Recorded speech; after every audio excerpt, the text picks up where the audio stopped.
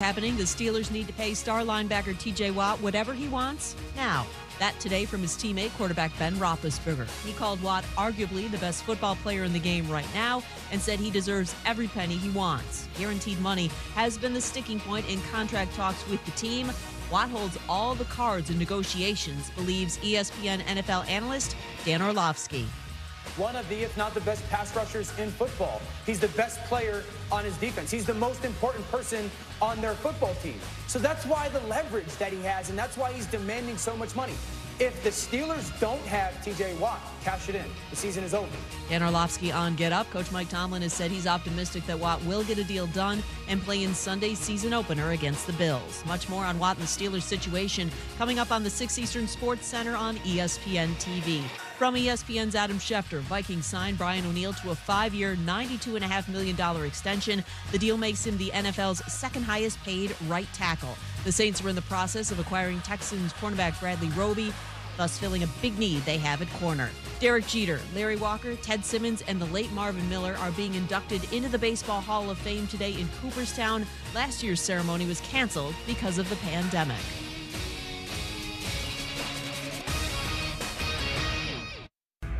Broadcasting live from the ESPN 690 Anajar and Levine studios. This is Action Sports Jax on ESPN 690 with Brent Martineau and Austin Lane. Oh, tell me to stop getting excited. Just tell me to stop getting excited about Trevor Lawrence. Do it. Do it, Austin Lane. Say, Brent, don't fall in that trap. What happened? I missed something. Yeah, you didn't miss much. I mean, well, you missed his news conference maybe, but every time I see the young man, I just feel like there's he does have that it. You know, we know all about him. He's got something special. We've seen him out on the practice field. Talked to Urban Meyer yesterday here on Action Sports Jax on ESPN 690 about Trevor, and there's just so much to like. And then I see him in a news conference. It's not like I've never seen him in a news conference before. I've interviewed him. We've done all that.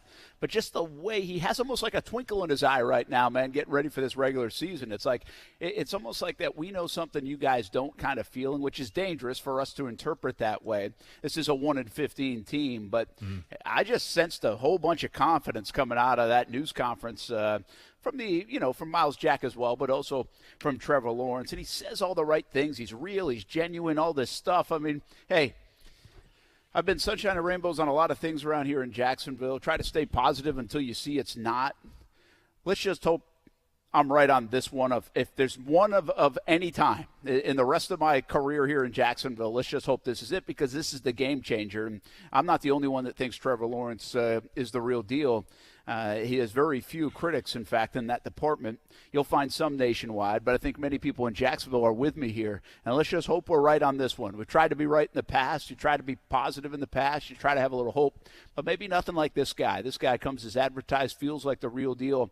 And it just kind of hit me watching that today, coming over here as we're live at Fields Cadillac Jacksonville off Blanding Boulevard.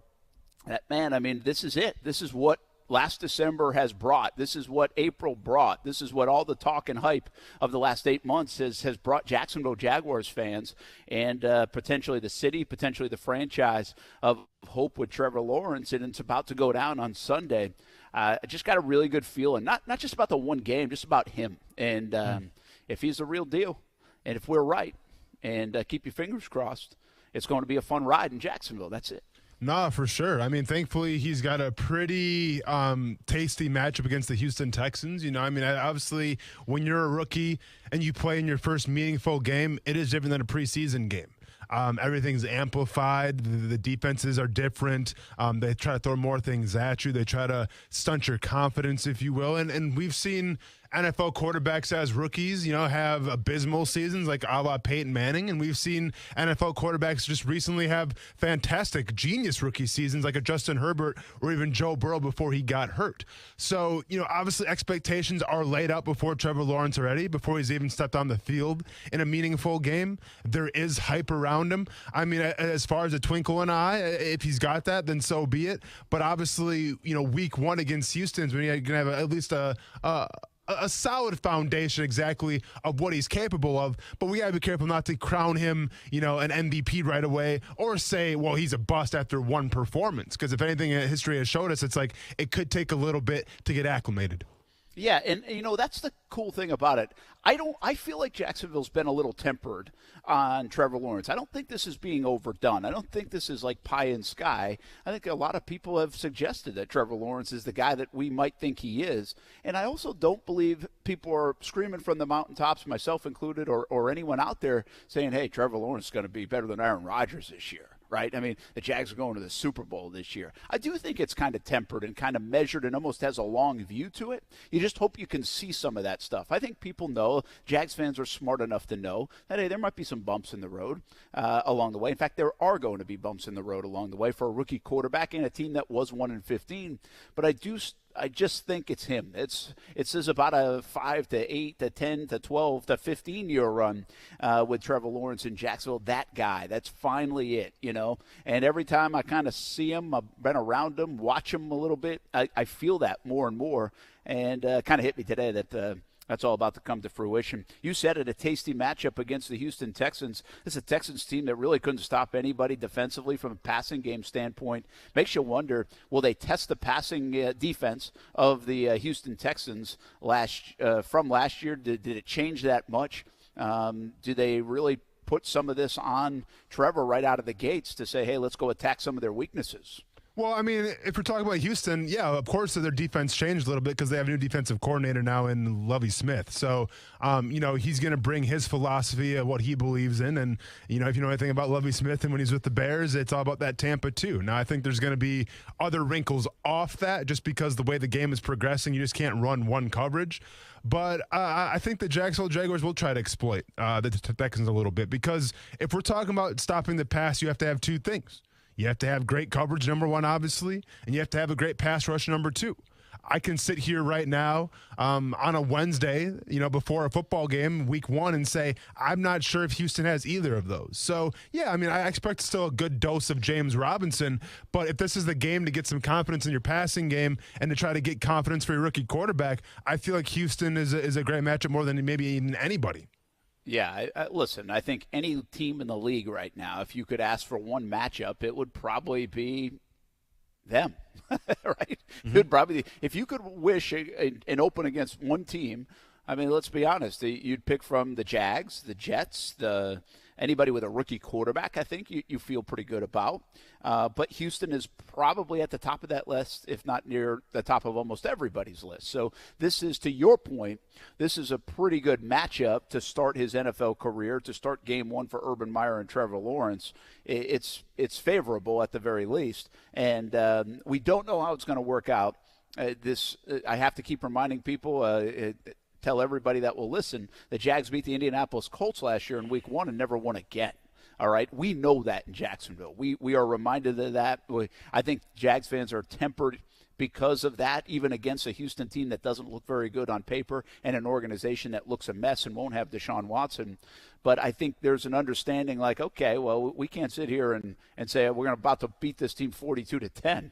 It's not like the Jags are world beaters until they go out and prove it. So I think everybody understands that. But if you could sign up for one team, I think it would be the Houston Texans.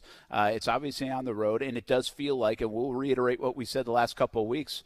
When I was in New Orleans, you brought this conversation up. We really talked about this, is that we think this is a huge game this week for the Jacksonville Jaguars. This they should treat like a Super Bowl almost. To win this game would do a lot. To lose this game, I'm not sure any of us want to go to work on Monday, and that's myself that would have to talk about a loss to the Houston Texans.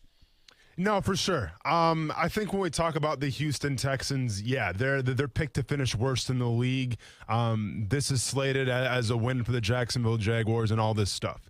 I think from a locker room perspective, like, they understand that in there as well. Yes, they come off of a 1-15 season, but they know that Houston's very beatable. They know that they're the traveling first game of the season on the road, but they're supposed to still win this game. I think the coaching staff knows that. Obviously, the fan base knows that. We all know that. And I think the biggest part of this game and why it's so important is because, well, you have a first-year coach in Urban Meyer who's implemented his style of training camp, his coaching philosophies on this team. There's no better way to justify all the hard work that you put in if you're a player during training camp and sweating in that sun and putting your body through hell than winning the first game of the season, because then it justifies everything. and it can start some momentum, and it can snowball to more confidence and more wins. Now, it's not the end-all, be-all one game of a regular season, especially the first game, but I think from a confidence factor, from a factor of knowing, hey, what we're doing is working and what we're doing is right, that's why this Houston game is so important. Yeah, it's kind of doing your own thing, right? I mean, having trust in what you just worked on for the last 5 or 6 months, what you just installed, and everything the Jags hope to be, and maybe an identity is born. You asked this question a lot. I think we even asked Urban Meyer yesterday on the show. And by the way, that's up on YouTube if you missed it. Check out our conversation with Urban Meyer yesterday. Had a lot of fun with the Jags head coach.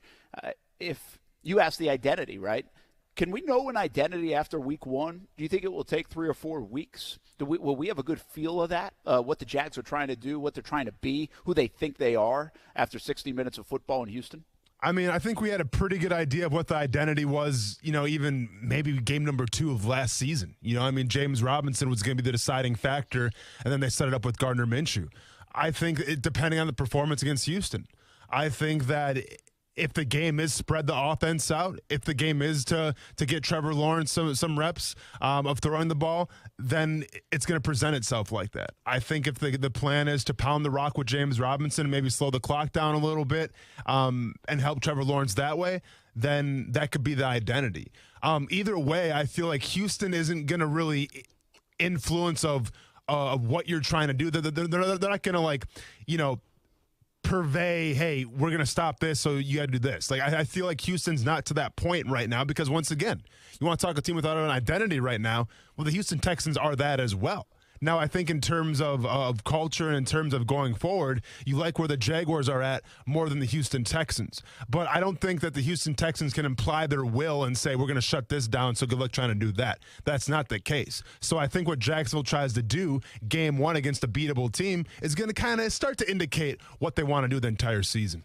Yeah, it's a good call. Anything scary about Houston as we sit here, a handful of days before the season on a game that the Jags might be or are favored on the road? Again, the organization's a mess in Houston. Not that it's been great in Jacksonville, but it feels so much better. Like, this is the Jacksonville Jaguars we're talking about. We feel like they're light years ahead of where Houston's organization is right now with the myriad of problems that they've had in the entire offseason, which I will say this has silenced a bit, all that internal strife, because it's given way to Deshaun Watson's turmoil and mess and soap opera that is. But until they clarify that, they can't even move forward, Austin. So they do have some issues that are real in Houston.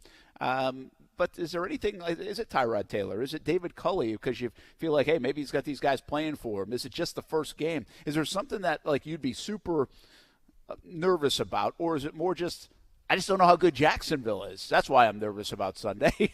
No, for sure. I mean, there's a little bit of that, obviously, because, especially on the offensive side of the ball, we don't know what they're going to do. So there's going to be some nerves from that regardless. But I think from Houston's perspective of what they bring to the table and what you should be nervous about, I mean, does their passing game really scare me with Tyrod Taylor? I mean, they have okay receivers. I mean, they have Chris Conley, who obviously was here last year. You got Brandon Cooks, who's a speedster in his own right. You have Anthony Miller, who had, moderate success, I believe, in Chicago.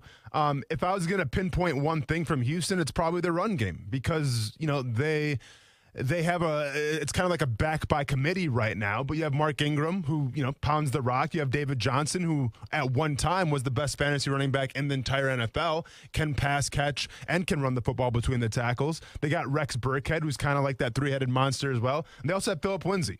So they have a slew of running backs that offer different things. But if we're being honest here, if this Jaguars defense has showed us one thing through the entire preseason, is that there is a premium, an absolute premium of stopping the run. So to be fair, I'm not that scared from what I've seen from the Jaguars defense in terms of the preseason stopping the run, but you still have to address it in the regular season as well. Yeah, we'll talk a lot more Jags coming up. I want to get more feelings on this Houston game as we really, for the first time, get to break down the opponent. And there's a lot to slice up and break down with the Houston Texans. Again, we'll hear from Trevor Lawrence, Miles Jack, Urban Meyer, of course, and it's a game week here in Jacksonville, which is pretty cool. Live at Fields Cadillac Jacksonville, right off Blanding Boulevard. Come on out, say hello, tell you a little bit while we're here on a couple of different levels as the show goes along. We'll have a special guest coming up in the 4 o'clock hour as well. I wanted to even bring Casey in the fold here. Did you know what happened today in the world of sports that is like so under the radar that it's ridiculous? Can you guess, Austin Lane? Oh, man. World of sports. One of the most popular players of our lifetime. Something happened, and it's like, I guarantee you if you go to a water cooler and say, hey, this happened today, they'd be like, it did? I got I mean, is it boxing related? Nope. I got nothing then. Is it baseball related? It is baseball related. Okay, I know. Well, of course, that's why I stayed away from you. Yeah, I have no idea. Derek Jeter went into the Hall of Fame today at 1:30. He went to today on a Wednesday before the start of the NFL season. Derek Jeter, as much as I can't stand the Yankees, one of the all-time greats and a player that you can't not like and respect, and Derek Jeter, he went to the Hall of Fame. Dang. And I'm not sure anybody even knows. Why do they do it during a weekday? What are we doing? That's crazy. Yeah, but were you going to watch it anyways? Well, I'm not a big Hall of Fame See? ceremony watcher, if you will. Yeah. But it would be nice to know that it's going on. We cover sports for a living. Like, we don't even care about it. Like, nobody cares about it. I'm sure Yankees fans care about it a little bit. Mm-hmm. But, I mean, Casey, you got a good temperature of this. I mean, is Derek Jeter even trending? Not really, which is odd. I mean, how? Yeah, I don't know what we're doing here. I don't know how you fumble this bag if you're Major League Baseball, because he's literally the most, well, maybe not the most, but one of the most polarizing figure. Like, you love him, you hate him. He's literally the Yankees, your biggest brand. And they said, Wednesday afternoon. Sounds good. I don't know what they're doing. I mean, this is like getting married on a Thursday morning. Yeah. Which probably happens by now because everything's booked up. But are usually are Hall of Fame ceremonies, are they on the weekend usually? Like what? Yeah, do we know? in July. So, you know? So then what's the, because COVID? I mean, what's the deal? I mean, they've been waiting for a while because they didn't do one in 2020, obviously. Okay. So I don't know if Wednesday was the only available day, but it's usually a weekend thing. Is anybody else big in the class, or is it just him? It's pretty much him and then Larry Walker. Yeah, nice. Going into Played for the Suns back in the day, by the way. Cool. Going into the Hall of Very Good. It's not the Hall of Fame anymore. It's the Hall of Very Good. Or even Larry good. Walker's interesting. Now, wasn't Jeter was unanimous, right? Was he the first unanimous guy? I thought he missed it by one. Did somebody hold out? Yeah, did no, somebody it hold wasn't. out by one vote? Yeah, that was I want to say it was Mariano. It was first. Oh, unanimous. did Mariano just get? Okay, so one it of was them. Mariano. One of them was, but it was not. It wasn't Derek, which is understandable. Since we're talking about this now, Brent, we can talk more later. I just thought. I want you to know in your car driving home, if you're watching on Facebook, YouTube, Twitter, and Twitch, you didn't know this was happening. Probably that Derek Jeter, one of the all-time greats, okay, for one of the biggest organizations in sports, whether I like him or not, went to the Hall of Fame. He's a Hall of Famer, like at 1:30 in the afternoon on a Wednesday. What are we doing? Like, it's like they said, hey, let's go have lunch and put Derek Jeter in the Hall of Fame. Yeah. That's go ahead, baffling Casey. Oh, I was just going to say he's my favorite player of all time. He was when I was a kid. Yeah. So I love Derek. But a lot of people that are not Yankees fans say he's overrated. And you being a Red Sox fan or just in general, like the rings because the team was good. Like if he was not a Yankee, would he have all of the recognition that he does is the question. Well, he probably wouldn't because he wouldn't have won as much, right? But he won on the grandest of stages, or one of, with the Yankees, and he was clutch. And we like clutch, right? And by the way, he was still, like, awesome. I mean, he was a terrific player. But I get your point. I get the narrative over the years.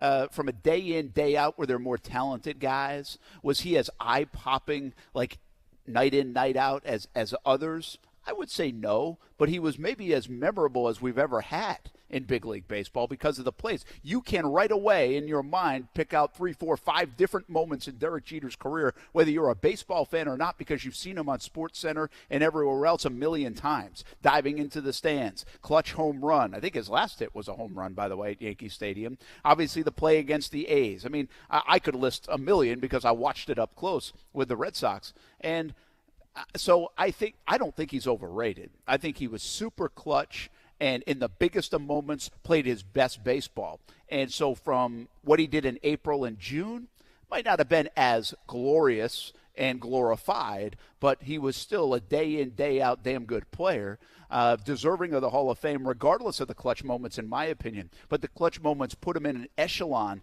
that we call kind of one of the greats, especially if you're going to wear the pinstripes. That's how I view Derek Jeter. See, to me, it's almost like the hockey effect, case, and you can appreciate this a little bit. Like, when Derek Jeter played and he's winning those World Series and everything, like, he was the captain of the team. Now, was he the most talented? Well, maybe not. He didn't have maybe the most eye-popping numbers, but he was still the captain of the team. And you find that in hockey all the time, where it's not the fastest, not the guy that scores the most goals, but it's the guy that is like the glue that represents that organization. I mean, you can go captain to captain every single hockey team. I remember like Chara back for the Boston Bruins. He was a defenseman. He wasn't scoring goals, but like, dude, 6'8" on skates, and obviously sets the tempo. So he's the captain, and he got so much respect because of being the captain. Well, Jeter's nickname is the captain. So I think to play on a team with so many all-stars and so much great talent, and to know that you're the leader of that team, I mean, that gets you in the Hall of Fame by yourself right there. That's a really good point, Austin. I mean, really the heart and soul, right, of the Yankees. I mean, everybody.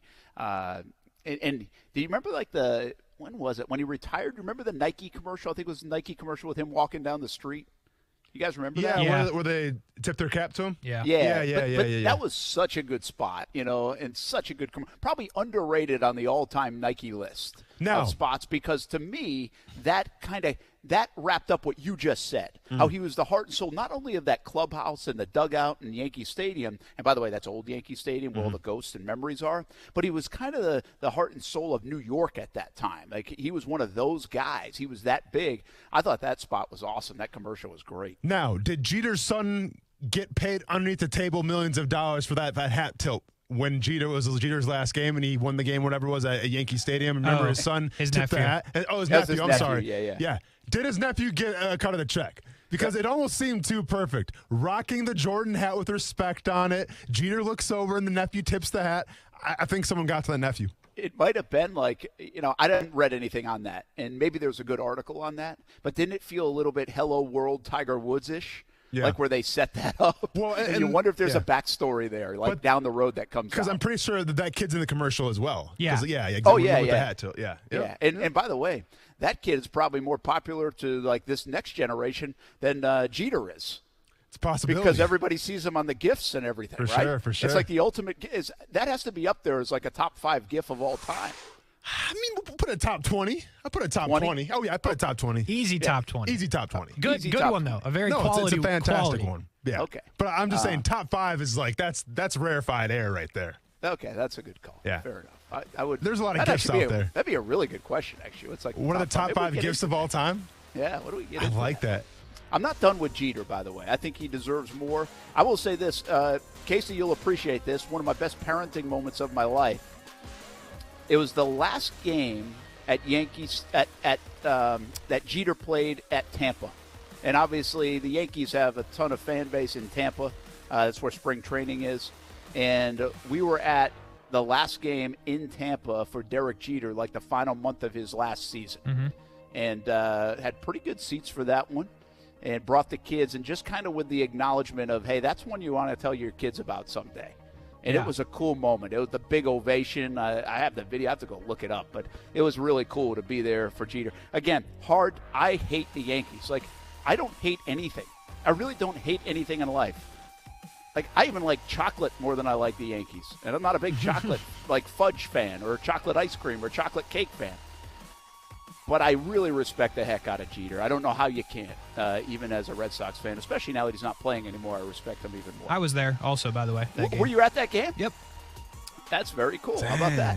That's weird, but pretty cool, too. I had worse seats, guaranteed. But well, we didn't have unbelievable seats, but, it wasn't sold out. Of course not. No, of course. I can't believe that wasn't sold out for that moment. But anyway, more Derek Jeter talk along the way. I'm astonished. I mean, Major League Baseball, Cooperstown, I love you, but jeez, oh, man. 1:30 on a Wednesday afternoon to start a football season? What are we doing? Putting Derek Jeter in the Hall of Fame at that point. We'll be back. We're at Fields Cadillac, Jacksonville. More to come throughout the afternoon. A lot of NFL talk on the way. Action Sports Jacks on ESPN 690. Now, the First Alert Forecast on ESPN 690. Scattered showers and thunderstorms with heavy downpours will continue into early this evening and muggy overnight with a scattered shower or two continuing in the mid-70s. And Thursday, mostly cloudy. Occasional showers and a few thunderstorms tomorrow with tropical downpours, but diminishing by later in the day. Highs in the low to mid-80s. Friday, partly sunny, a few showers and storms, and a high of 87. From the First Alert Weather Center, I'm Action News Jax Chief Meteorologist Mike Burrish. The Weather Center is brought to you by Beard's Diamonds. Now you can buy like a dealer buys. Save thousands on thousands of diamonds for a limited time at Beard's Diamonds. Seems like a no-brainer to me. If you install it, you ought to be able to service it. But for gas-fired water heaters, there are a whole lot of plumbing companies that can't and won't service them, even though they're happy to install them. Now, just think about that. They don't have the expertise to work with gas, but they're installing a gas unit. Does that seem like a good idea to you? Seems like a recipe for turd buckets to me. You might as well have Acme parachute that water heater in and have the Coyote install it. At Griffin Service, not only are we the same-day water heater specialists, we're also the gas-fired water heater kings. And that goes for both tank and tankless units. And naturally, we're certified to service and install them, because we fix what others can't. Plus, we have water heaters in stock and ready to roll same day. So if your gas water heater needs service or replacement, or you're thinking of switching to a gas-fired water heater, it's kind of a no-brainer on who you should call, isn't it? GriffinService.com. 143261. Galaxy Builders, they're out of this world. Galaxy Builders, they're out of this world. Galaxy Builders is hiring qualified roof repair technicians. Roof repair technicians receive a $5,000 signing bonus and base salary starting at $52,000 a year with paid holidays and 401k plan. Galaxy Builders will provide a company truck with all necessary tools and materials. Experienced roof repair technicians can fill out the Contact Us form at galaxyfla.com to schedule an interview. This message is sponsored by the Florida A&M University Medical Marijuana Education and Research Initiative, the Florida Association of Broadcasters, and this radio station. Pro or against? That seems to be the only thing that matters these days in the marijuana discussion. But what about the facts? At Mary, we've taken it upon ourselves to lay it all out there in our podcast. Just pure, unbiased education about medical marijuana and unlawful use of cannabis. Find it at mary.famu.edu. That's mmeri.famu.edu. It's a new approach to healthcare. The Center for Health and Sports Medicine is built on the pillars of health: physical, mental, spiritual, and emotional, with primary care sports medicine physicians, mental health counselors, an advanced diagnostics lab for wellness and sports medicine, and 24/7 on-site state-of-the-art fitness facility, all under one roof. What does this mean for you? As a Center for Health and Sports Medicine patient, you'll receive medical care in a collaborative, proactive, goal-oriented manner. In other words, everything they do is centered around you. Learn more at jacksfamilysportsmed.com. Hey, boss, I found some silverware in the dining room. Nice. So you're sure you smashed the alarm system when we got here, right? You mean that plug-and-play do-it-yourselfer? Yeah, it's dead. We got all the time we need. Oh, look at this. The box the alarm system came in. Isn't this cute? An alarm system in a box. Boss, I'll never understand why people don't just get a SafeTouch security system. And they probably think they're saving money. But that's the thing, they're not saving money. You and I know that. Thankfully, these folks didn't. You know, there are a lot of great things that come from a box. This isn't one of them. True. Hey, let's just take a minute to appreciate that tonight, we don't have to worry about the Crooks or Us golden rule. Stay away from SafeTouch houses. And remember, kids, boxes and alarm systems don't mix. Only one security system is truly the best. Hi, I'm Lester Jackson, president of SafeTouch Security Systems. No one beats our technology or our price. Call SafeTouch today at 888-723-8682 or go to safetouch.com. State license number EF233. The Community Spotlight Award this week goes to the Law Offices of Ron Scholes. Law Offices of Ron Scholes is a partner in the community. They're a huge supporter of the military and those that have served. If you see Ron Scholes or anyone from the Law Offices of Ron Scholes this week, thank them for being a great partner in the community. The Community Spotlight Award recognizes those that are great community partners. Again, this week the Community Spotlight Award goes to the Law Offices of Ron Scholes. Congrats to the Law Offices of Ron Scholes. For the ones who are always in the know. Delivery confirmed. For the ones who keep things running. For the innovators and the problem solvers. Grainger offers supplies and solutions for every industry, experienced staff at local branches, and free access to experts to help answer your toughest questions. So whatever challenge you face, we have the knowledge and products to help. Call clickgrainger.com or just stop by. Grainger, for the ones who get it done. ESPN 690 is home for the Florida Sportsman Fishing Show hosted by Captain Rick Riles. Tune in every Saturday morning from 7 to 9 a.m. to find out what's biting now. Fishing so fresh, you can almost smell it. ESPN 690, Bozard Ford and Ford's Garage are proud to present Be the Sun, Not the Salt. Do you know any coaches, teachers, or mentors who are doing all the good they can in the community and should be recognized for it? You and your nominee can win free stuff just for being sunny, not salty. Details and registration on WOKV.com. Sponsored by Be the Sun, Not the Salt, Bozard Ford, Ford's Garage, and Cox Media Group.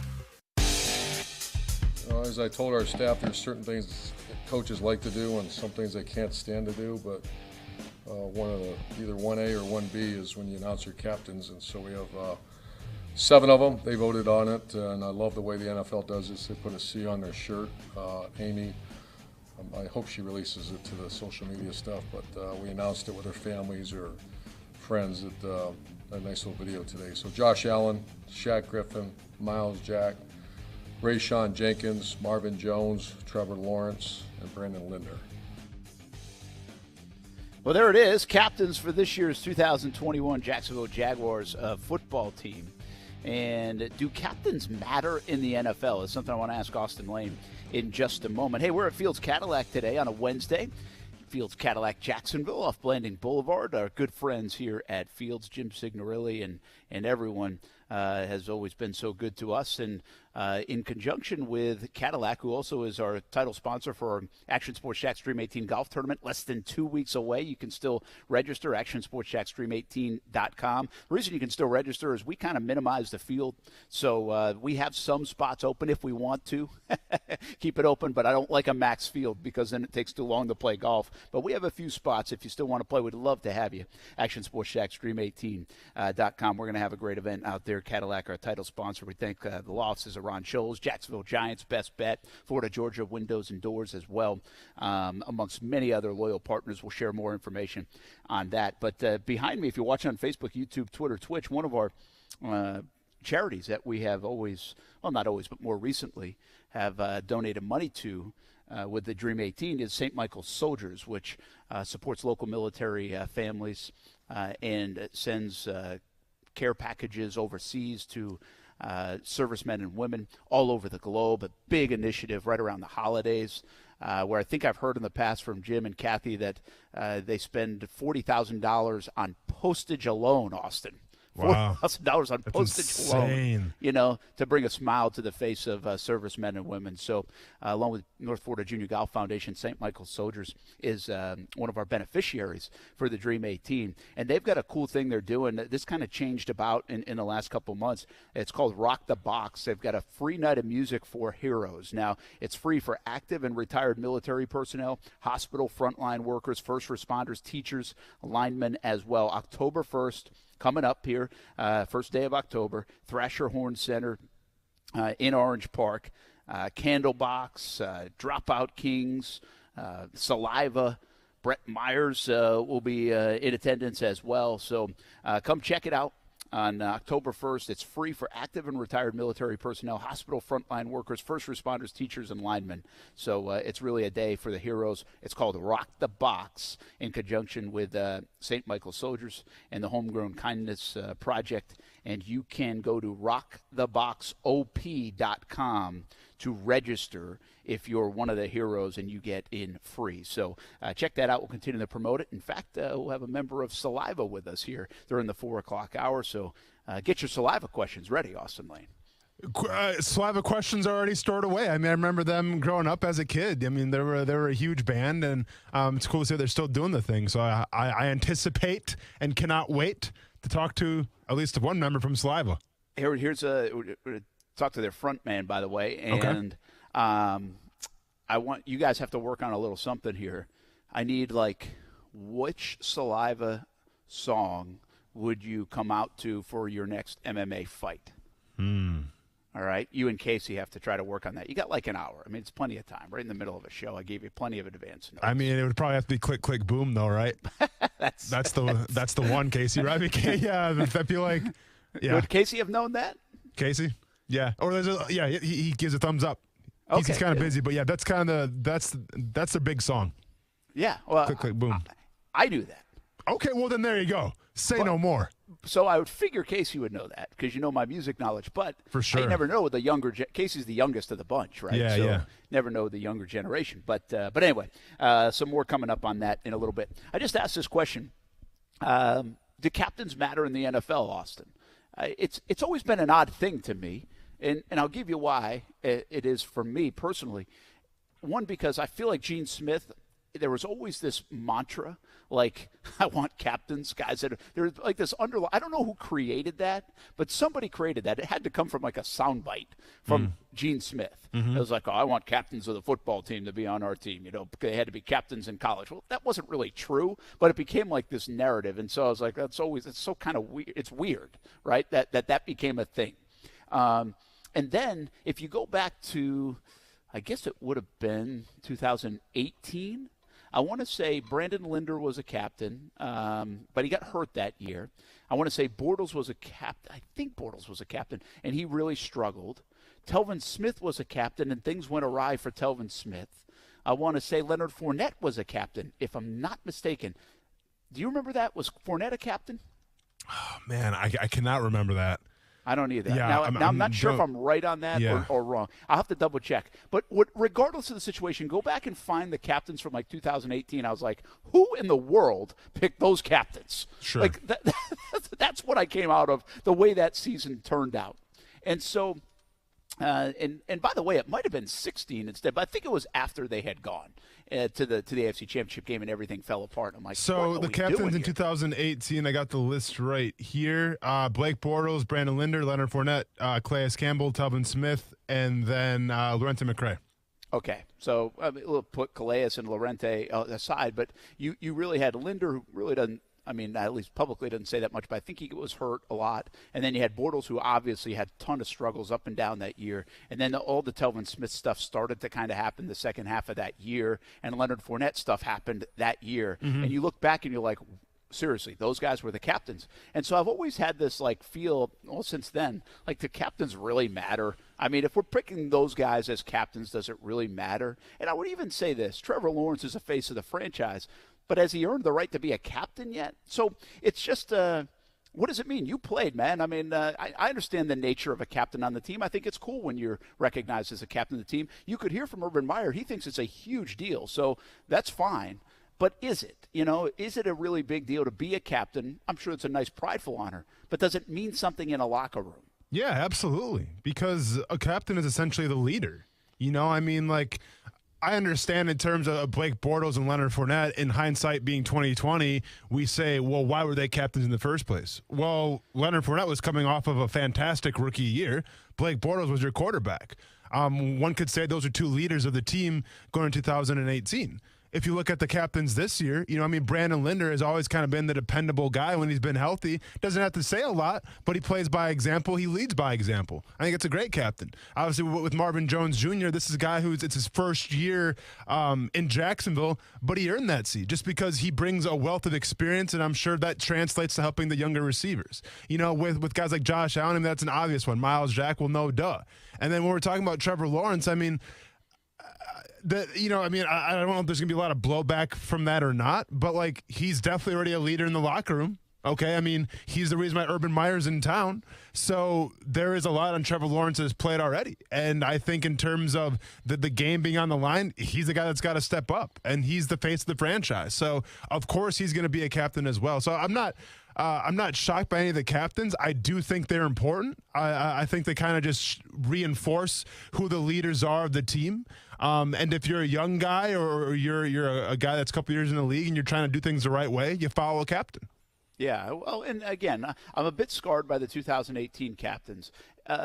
One, because I saw how it ended and it fizzled out, and I'm not sure any of the things that you said by December people were really following, or wanted to follow. And maybe just sometimes that happens. That's why I think you really got to make, if you're going to do the captains, it's got to be well thought out, well done. I'm not sure Leonard Fournette was ever well thought out and well done by Doug Marrone. I think he had the team vote on it, but really? Leonard Fournette in year 2, he missed a game and got suspended for missing a team picture in his rookie year. Okay, but wasn't also, the writing on the wall there? But didn't you say that the Jaguars don't go to the playoffs if it's not for Leonard Fournette? Yeah, that's true. Well, I mean, then that's a pretty big influence on your team, though. It is, but is there a difference, is my point, between influence and I mean, yeah, presence? you can look at a guy like Jalen Ramsey. You know, I don't know if Jalen Ramsey was ever a captain or not. He wasn't. But like, he is now this year, actually, for the Rams. Sure. You know, he is, yeah. I mean, I think in 2000, I mean, I don't know. I'm not sitting here sticking up for Leonard Fournette or anything, but I think you look at a guy who was a big influence on that team back in 2017, thought they were going to get a repeat of 2018. Like, they were good. It was on him to perform to help the success of the team. Yeah. And I think when you have a guy in that position, whether or not he's necessarily the best locker room guy or he gives great quotes in the press conference or he's a vocal leader, I mean, on the field, you can't deny that Leonard Fournette, his first year, was a big influence of why they went so far. No, you're right. I mean, I'm a big believer in that, yeah. Of course. So sometimes it's not even necessarily, like, for instance, Jay Cutler. Jay Cutler, people would say, well, he's not a great captain. You know, he never gave any rah-rah speeches, right? He always had the bad demeanor on the sidelines in Chicago.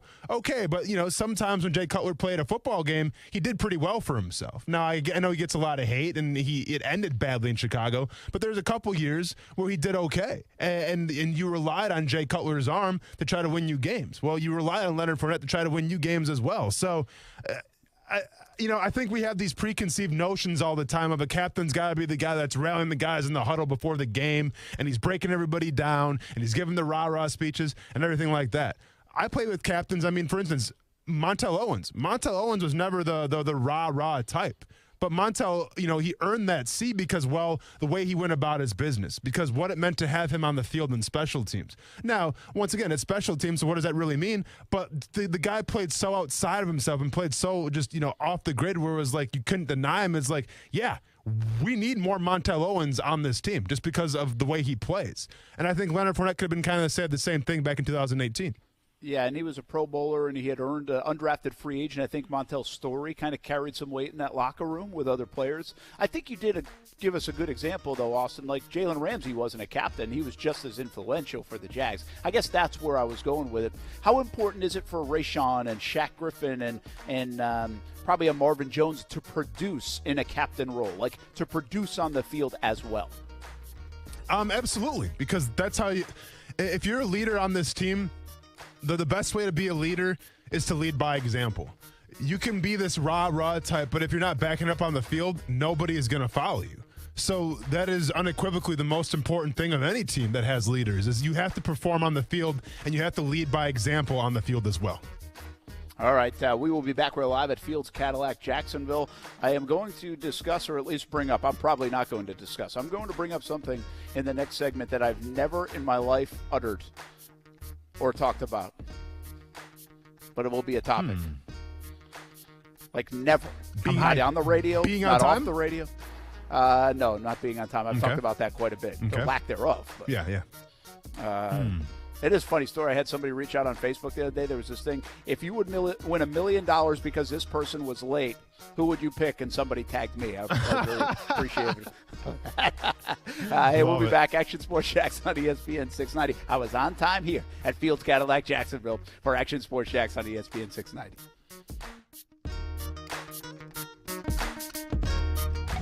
Keep climbing. It's intercepted. Picked off of the 12. He will go down. He signs the promised land. Touchdown, FSU. This is your home for FSU football. Outside the numbers to the 10. 5, 3, 2, 1. It's a touchdown, Florida State. Intercepted. Picked off of the 33-yard line. Noles win. Catch live coverage of the Seminoles all season long, right here on your home for Florida State football. Sponsored by Willie Jewell's Old School Barbecue. Smoked for hours. Served in minutes. What can give you a competitive edge in today's red-hot housing market? Rocket can. That's because Rocket Mortgage can give you a verified approval. It could help your offer stand out, because when you find the perfect home, you don't want to lose it to anybody else. Rocket Technology provides a rock-solid verification of your income, assets, and credit, giving sellers and their agents greater confidence in you. We've already helped over 1 million clients just like you reach their home financing goals this year alone. So remember this, what can help you buy the home you really want? Rocket can. Go to rocketmortgage.com or call us today at 8338-ROCKET. That's rocketmortgage.com or call 8338-ROCKET. A verified approval is based on an underwriter's analysis of your individual financial information appraisal and title report. Call for cost information and conditions. Equal housing lender licensed in all 50 states and MLSConsumerAccess.org number 3030. Temperatures keep climbing, and hotter weather means your body needs more water. Stay hydrated. CGC Water Treatment wants to make sure the water you and your family drink is cleaner, healthier, and tastes great. It starts with the Connecticut system, proudly made in America and installed by the pros CGC Water. Not sure about your water? Call CGC. They'll analyze your water for free. I haven't had to worry about my water since I got mine installed because Connecticut systems remove up to 99% of the contaminants. If you're not filtering your water, you are the filter. Connecticut makes the world's most efficient softeners, non-electric, twin tanks that use less salt and water during regeneration. Save up to $500 on select softener and RO systems this month. Financing available with approved credit. Call CGC Water at 904-552-1242. Call and ask about Conway Club, the new service program that will save you money on salt, filters, delivery, parts, and labor. Tell them Brent sent you and find out all the details and all the great ways you can save. Call 904-552-1242 or visit cgcwater.com, your local independent Connecticut dealer. The Center for Health and Sports Medicine delivers an individualized 360-degree approach to your health, providing a whole-person approach to primary care and sports medicine. With primary care and sports medicine physicians, mental health counselors, the sports performance lab, and 24/7 on-site state-of-the-art wellness center, all under one roof, they'll work to maximize your health by creating a foundational focus on physical, mental, spiritual, and emotional well-being. The MD VIP program provides even more benefits like appointment guarantees and after-hour care. Learn more at jacksfamilysportsmed.com. Just be positive. Your Community First Mortgage champions make sure you get a great rate, a quick close, and can save you about $3,000 in closing costs. Apply at communityfirstfl.org. Community First Credit Union. Just be yourself. Federally insured by NCUA. Equal housing lender. The average cost associated with childhood cancer is a startling $833,000. This is Tom Coughlin, and September is Childhood Cancer Awareness Month. Help the J Fund raise awareness to help our neighbors and community members tackling this devastating disease. Visit tcjfund.org/September for more information. Alexa, how do I drive more customers into my business? First, people will need to hear about you. Then you need to be online where they look for you. Then you need to... I don't have time for that. I need to run my business. Okay, searching for a local team that can help. CMG Local Solutions. Visit cmglocalsolutions.com today. Hi, I'm Tom Van Osdal, President and CEO of Ascension Florida and Gulf Coast. I'm proud to be the chair of this year's American Heart Association First Coast Heart Walk, coming up on Saturday, September 11th. This year, out of an abundance of caution and for the health of our community, rather than one large event, we will have 3 satellite locations in different Jacksonville neighborhoods. Visit firstcoastheartwalk.org today and learn more and find the location nearest you. I'm Serena Williams. You watch me live on TV. And I'm that voice from movies you watch on demand. DirecTV Stream brought us together to save the world. Maybe not save the world, but DirecTV Stream does bring your live and on-demand favorites together. Your favorites together. I just said that. She just said that. Introducing DirecTV Stream, the best of live TV and on demand with no annual contract. Get your TV together at directv.com. Requires high-speed internet and compatible device. Content varies by package and location. Restrictions apply. Hey everybody, it's Brent Martindale from Action Sports Jacks. There's a good chance you have a smart speaker, so use it with the ESPN 690. Stay up to date on the Jags and all things sports by telling Alexa or Google to play ESPN 690. It's as easy as that. Make sure you listen weekdays 3 until 6 p.m. on ESPN 690. Hi. You got a second? Okay. You remember how when we were younger we used to run around and hang out with Blue and find clues and talk to Mr. Salt and freak out about the mail and do all the fun stuff. And then one day I was like, oh, hey, guess what? Big news. I'm leaving. This is my brother Joe. He's your new best friend. And then I got on a bus and I left. I guess I just wanted to say that after all these years, I never forgot you. Ever. And I'm super glad we're still friends. Thanks for listening. Austin Lane? Sad, man. It's Blue's Clues. That's Steve, right? Yeah. That's the guy. That's a bummer. if I didn't see this in the rundown, and I think I saw a little something on Twitter, I would be guessing until I turned 50. Yeah. At what that was. Mm-hmm. So Brent Martineau, Austin Lane, Casey, Wednesday. Action Sports Jacks on ESPN 690, and about to venture from Fields Cadillac Jacksonville into an area I've never ventured before. Oh, come on, you got kids, man. You know what Blue's Clues is. Nah, we missed that. You missed Blue's Clues? Yeah, we didn't do the Blue's Clues thing. Huh. So, just baseball highlights or what? Like, what are you talking about? Hey, well-trained individuals. Okay, man. Baseball, softball highlights since they were 6 months old. By the way, this video of Steve has 32 million views already on Facebook after, I don't know, not even 24 hours. 32 million views. Wow. I mean, are you a Blue's Clues guy? I mean, no, what am I missing here? Yeah, so Blue's Clues, it was a little – I'm a little old for it. Like, so Blue's Clues was a show on Nickelodeon. And it was called Nick Jr. So it was for like kind of like the younger kids a little bit. And then when you got rid of that, then it was like SpongeBob and then the older kids stuff, if you will. So I missed out. I kind of caught the beginning of Blue's Clues, but then I ended up missing out on like the back end of it. So like I never saw him, actually Steve, leave. But like what happened was there was like a falling out with Blue's Clues, because I know about this. We talked about this on the other show today. But there's a falling out. You're well-versed. Yeah, for sure. So there was a falling out with Blue's Clues. Steve was getting older. They wanted to go to younger direction. And like he had it, like he wanted to do music and he wanted to shave his hair and they wanted to look a certain way. So that was it. And, kids obviously grew up with that show. I mean, kids watch that show religiously. So it was like to the point where all of a sudden Steve one day is like, hey, I'm going to college. See you guys later. Here's my brother. And now like you're his new best friend.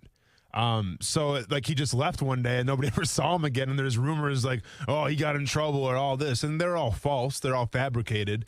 But like literally, I don't know. I would probably say, Casey, correct me if I'm wrong, maybe 20 years later or whatever, or 19 years later. Mm-hmm. Last night I think it was, the dude just shows up and says, hey, I'm doing well. I miss you guys. I hope you miss me too and all this great stuff. And it's just, I got chills from it just because, once again, I couldn't appreciate Blue's Clues fully, but just the way that conversation went down, it was almost like he sensed like, the world maybe needs a little more. Like, hey, hope you guys are doing well. I'm just checking on you. Miss you guys and all that stuff. So I thought it was a heartfelt message. I think they're celebrating 25 years of Blue's Clues, if you will. So, yeah, it was a really cool video. And, I got chills watching it. It's crazy. Casey, does this hit home with you? Is this kind of in your age group wheelhouse? Yes, sir. What a moment in my life. Top 3 to see this video. Wow. No, little maybe something that I should have led with. I have a dog named Blue. No, you don't. Yes, I do. For real? Yeah. Wow. I mean, this is real stuff. Mm-hmm. Yeah. Mm-hmm. So my man just disappeared one day, and I didn't know why, because I was like 4 or 5 or 6 or something. And now he's back. 32 other million people are hype about it. I'm hype about it. It's good to know he's doing well. It's good to know he cares about me specifically. He said he did. He was talking to you. Yeah. Yep. So it's all good. I cried earlier. Amanda said, "Why are you crying?" I said, "Nothing." So it's good. Steve's back. Oh. So like, is there an end game here though? Like, is this just a, hey, I'm popping in, hello, 25 years, or is there? I think he was just popping in. Yeah, I think he's just saying, I'm still alive. I'm still around, and I hope you guys are doing well too. So, like, did he really fall off? Like TMZ didn't follow him around, or any of that kind of stuff? I mean, to be fair, I don't. I mean, back then the TMZ was. I mean, it was still a big thing, but like, we didn't have social media back then and stuff, so it was hard to keep tabs on people. And to be fair, I don't think anybody really cared, like, in terms of the TMZ gossip articles of what happened to Steve from Blue's Clues. Right. So like. If you're a kid and you grew up on it, it was just one day the dude's gone and you never saw it coming. So, like I said, like that wasn't part of my generation. I never watched it up until he left. But I know, like, I have cousins that still talk about it to this day. Younger cousins that share those sentiments of Casey said, and it was a big deal on that show when he just went to college and he said, "Hey, this is my brother," I think it was, and now you're his new best friend. Enjoy, and that was it. And then 20 years later, he reappears. So, by the way, like Blue's Clues, like this was back in like I'm looking at the run date. It was 96. Yep. Really until 2002. It was like a 6-season thing. So my kids were born in 05, so this wasn't a thing for them. Like, well, they got reruns. I know, but it wasn't a thing. I don't remember. I remember people talking about it, but it wasn't like locked in. The Wiggles were big at that time, you know? Oh, yeah. I apologize. No, for sure. I said, oh, yeah. I'm sorry, though. Fruit salad, you know? Yummy, man. Yummy. Steve from Blue's Clues had no idea. Fruit salad, Wiggles, got an idea. Sure. I can sing you the Mickey Mouse Clubhouse song. I know that one because I was son now as well. Yeah. I understand how some of these things last past like their run time, but that one didn't do it for us. At all. I don't remember the kids really being hooked on that. When you think about the end game here, Casey, think about it. It's like 20-something years. We don't even hear from the guy, and all of a sudden he comes back. Like, I don't want to say like one of the greatest videos of all time, like you echoed, but like in terms of like the payoff, if you will, like of a TV series, and all of a sudden the main character who the show is really built around comes back 20 years later. Will we ever see another payoff like that again? No, and I want to keep it a buck with you here. This man was on Blue's Clues, and 20 years later, 32 million people cared. Insane. What are the odds? You know what I mean? It's insane. That's incredible patience on his part, too. Yeah. Like, how many times over the years did he want to do this, potentially? Well, maybe he didn't want to do it. Was the thing, though. Maybe he just wanted to, because that's got to be hard because you're known for one thing, right? Like, he wanted to be a musician, and he wanted to do all these other stuff, and, you're the guy from Blue's Clues. So it's got to be hard to shake that title. Yeah. I get it. I'm just the guy from ESPN 690. Hey, can you go get Casey some tissues after that segment? Because I feel like he needs them. I got you. Never thought I'd see the big man cry. No, man, I get it, dude. I get it, man. Casey, I'm with you, dude. You do what you got to do. Hey, Saints-Packers coming to Jacksonville. We talk a little bit about that, plus conversation about some college football. We have AFC predictions. I have a lot to get to here on a Wednesday. Action Sports Jacks on ESPN 690, live from Fields Cadillac, Jacksonville on Blanding Boulevard. For the ones who know safety isn't a catchphrase, it's a culture. And the ones who help make sure everyone makes it home safe. For the safety-minded who watch everyone's backs, Grainger offers supplies and solutions for every industry, as well as safety assessments and training to keep your facilities safe and your people safer. Call, click Grainger.com, or just stop by. Grainger, for the ones who get it done.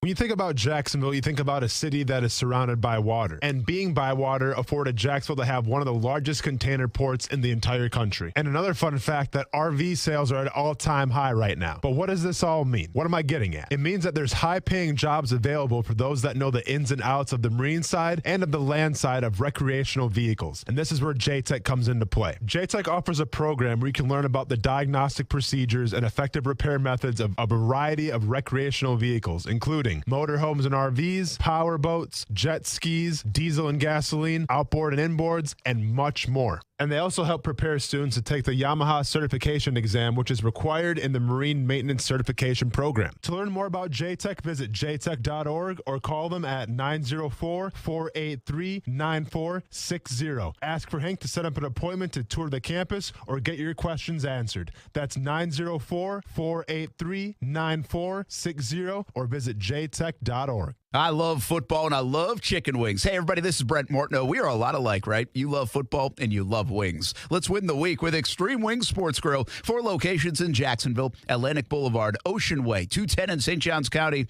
and the new location on Roosevelt Boulevard near NAS Jacks, serving up the freshest, never frozen, world-famous extreme hot wings to Jacksonville since 1999. We like football. We like wings. We love a good deal. To celebrate the grand opening of the Extreme Wings Roosevelt location, get 6 wings, french fries, and a drink for just $12.99 at the Roosevelt location. 6 wings, french fries, and a drink, just $12.99. Active military gets special discounts: jalapeno ranch, Caribbean jerk, spicy blue cheese, lemon pepper, so many flavors to choose from. And, of course, they can make them extreme if you want. Plenty of space at Extreme Wing Sports Grill locations. If you're looking for a place for the entire team, try Extreme Wing Sports Grill.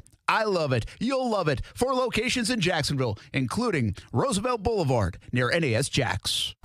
Broadcasting live from the ESPN 690 Anajar and Levine studios. Anajar and Levine Accident Attorneys. Call 904-600-4000. That's 904-600-4000. ESPN 690. Jacksonville's home for ESPN Radio. WOKV Jacksonville. Listen live everywhere you go on ESPN690.com. ESPN 690, a Cox Media Group station.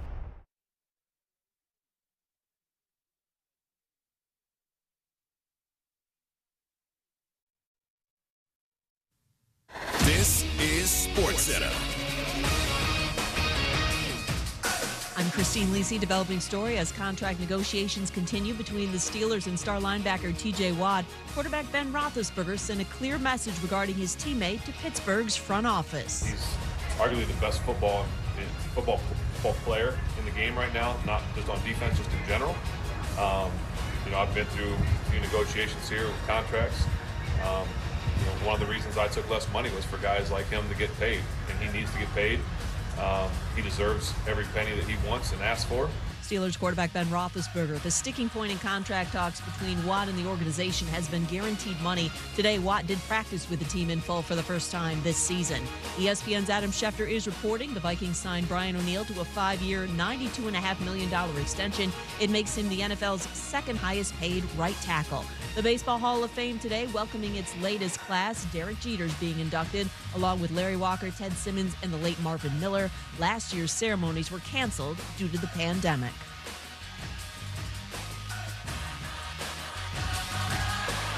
Think O'Reilly Auto Parts for all of your car care needs. We're close, convenient, and known for our guaranteed everyday low prices and excellent customer service from professional parts people you can trust. Stop by your local O'Reilly Auto Parts today. O'Reilly Auto Parts. Better parts, better prices every day.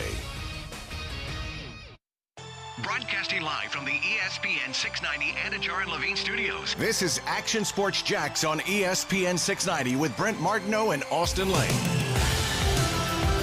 We went back and watched Buffalo.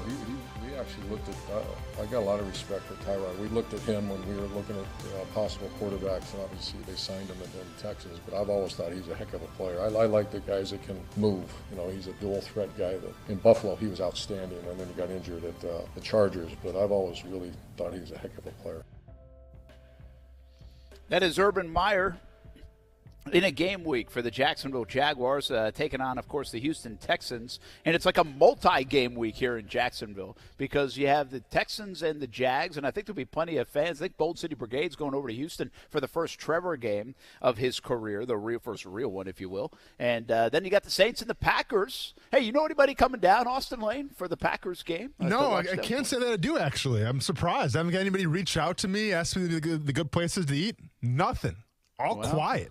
Yeah, it's interesting. The New Orleans Saints, of course, it's their home game. And so I thought it was kind of cool today. You guys had like the Icemen and the Jacksonville Jumbo Shrimp and others really pushing out and promoting like kind of the Saints in town, The Saints are marching into Jacksonville. This is their home field. It's kind of a tough thing as a player, wouldn't you think? I mean, I don't know if you ever had to go through anything like this, but it's pretty unique, so I doubt it.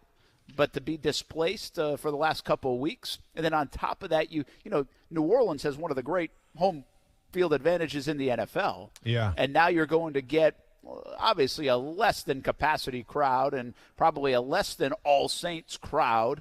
And it's outside, not inside. I mean, you certainly lose a little bit of home field advantage. It's outside in the heat, which you didn't plan on. Maybe that's a bit of a benefit since you're from New Orleans and they're from Green Bay, but it's just a totally different animal. And I know you can't make excuses as football players, but the reality is that's a little bit of a disadvantage for the New Orleans Saints considering they had to move this game. No, it's definitely a disadvantage, but I mean, that's the plans that Mother Nature has sometimes for you.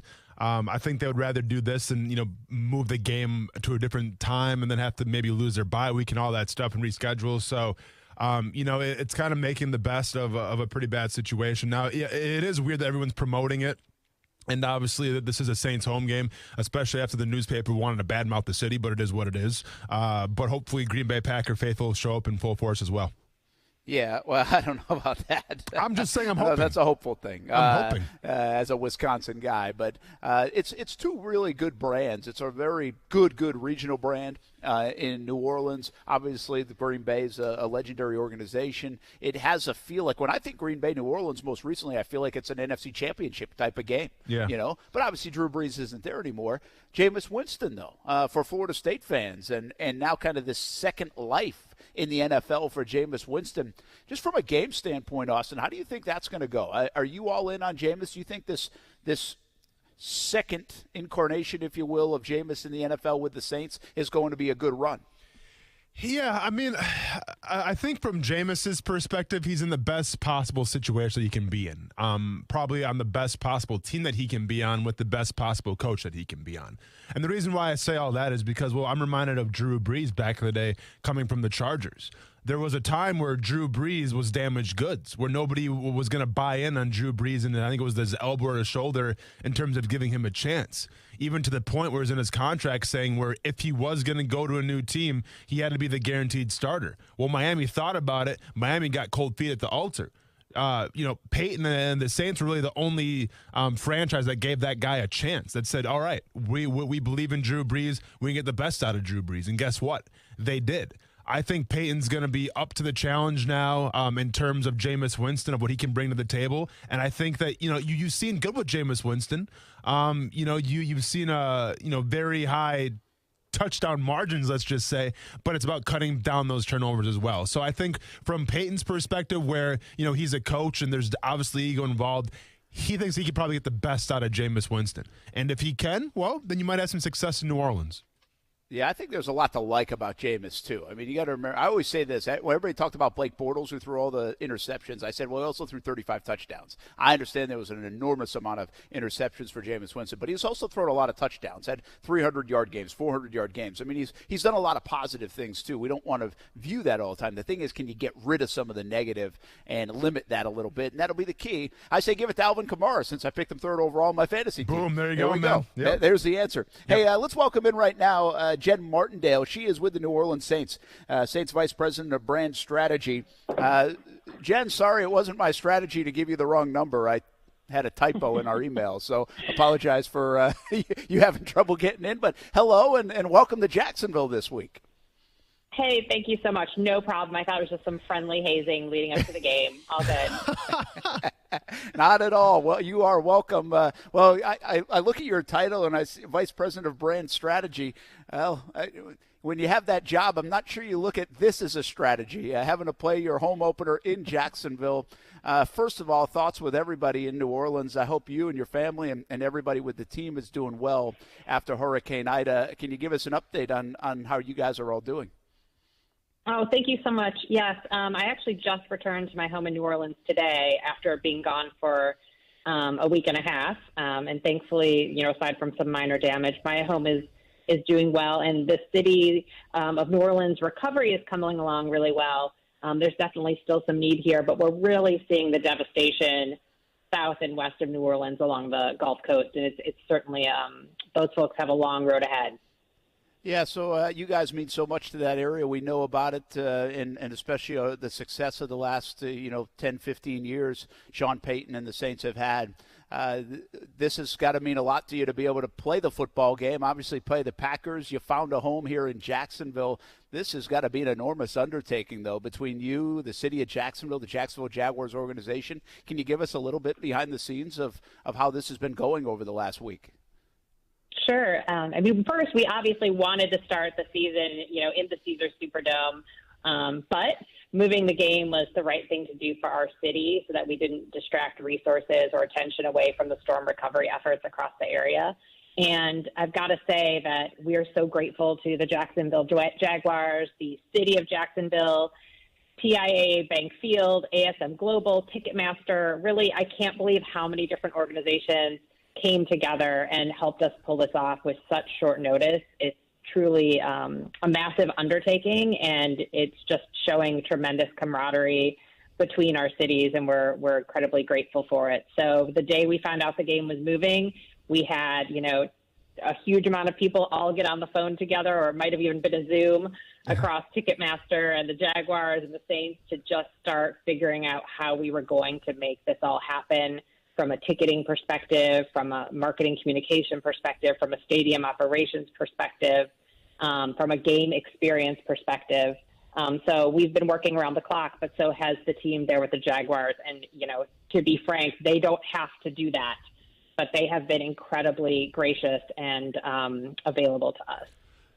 Jennifer, when we talk about the New Orleans Saints, and in that city, I mean, one would think that every resident of that city is a diehard Saints fan. And it's a little different than Jacksonville, where, you get a couple more transplants where they're fans of various, teams of that nature. When we talk about Saints fans, we talk about this game taking place in Jacksonville on Sunday. I mean, what is the feeling that you guys have in terms of how many tickets are getting, brought out here? And what is that stadium going to be like comes, Sunday when the Saints take the field? I mean, is it going to be just black and gold everywhere? Well, I mean, we do travel well, but so do the Packers. And so I think you're going to see a really good turnout from both of those teams. From a game experience perspective, we're going to try to make it as much like a home game as we can. I think that our fans will recognize certain rituals and elements that we're certainly going to bring over from New Orleans. We're going to, with the Jaguars' blessing, we're going to be putting up some Saints signage and branding in the stadium to make it feel a little bit more like home, even having the fleur-de-lis right in the center of the field. But we also think it's going to be exciting to, NFL fans who might root for another team, just to have the, two really quality teams here in town that they don't always get to see. And to have, Jameis Winston playing against Aaron Rodgers, I think that'd be pretty fun.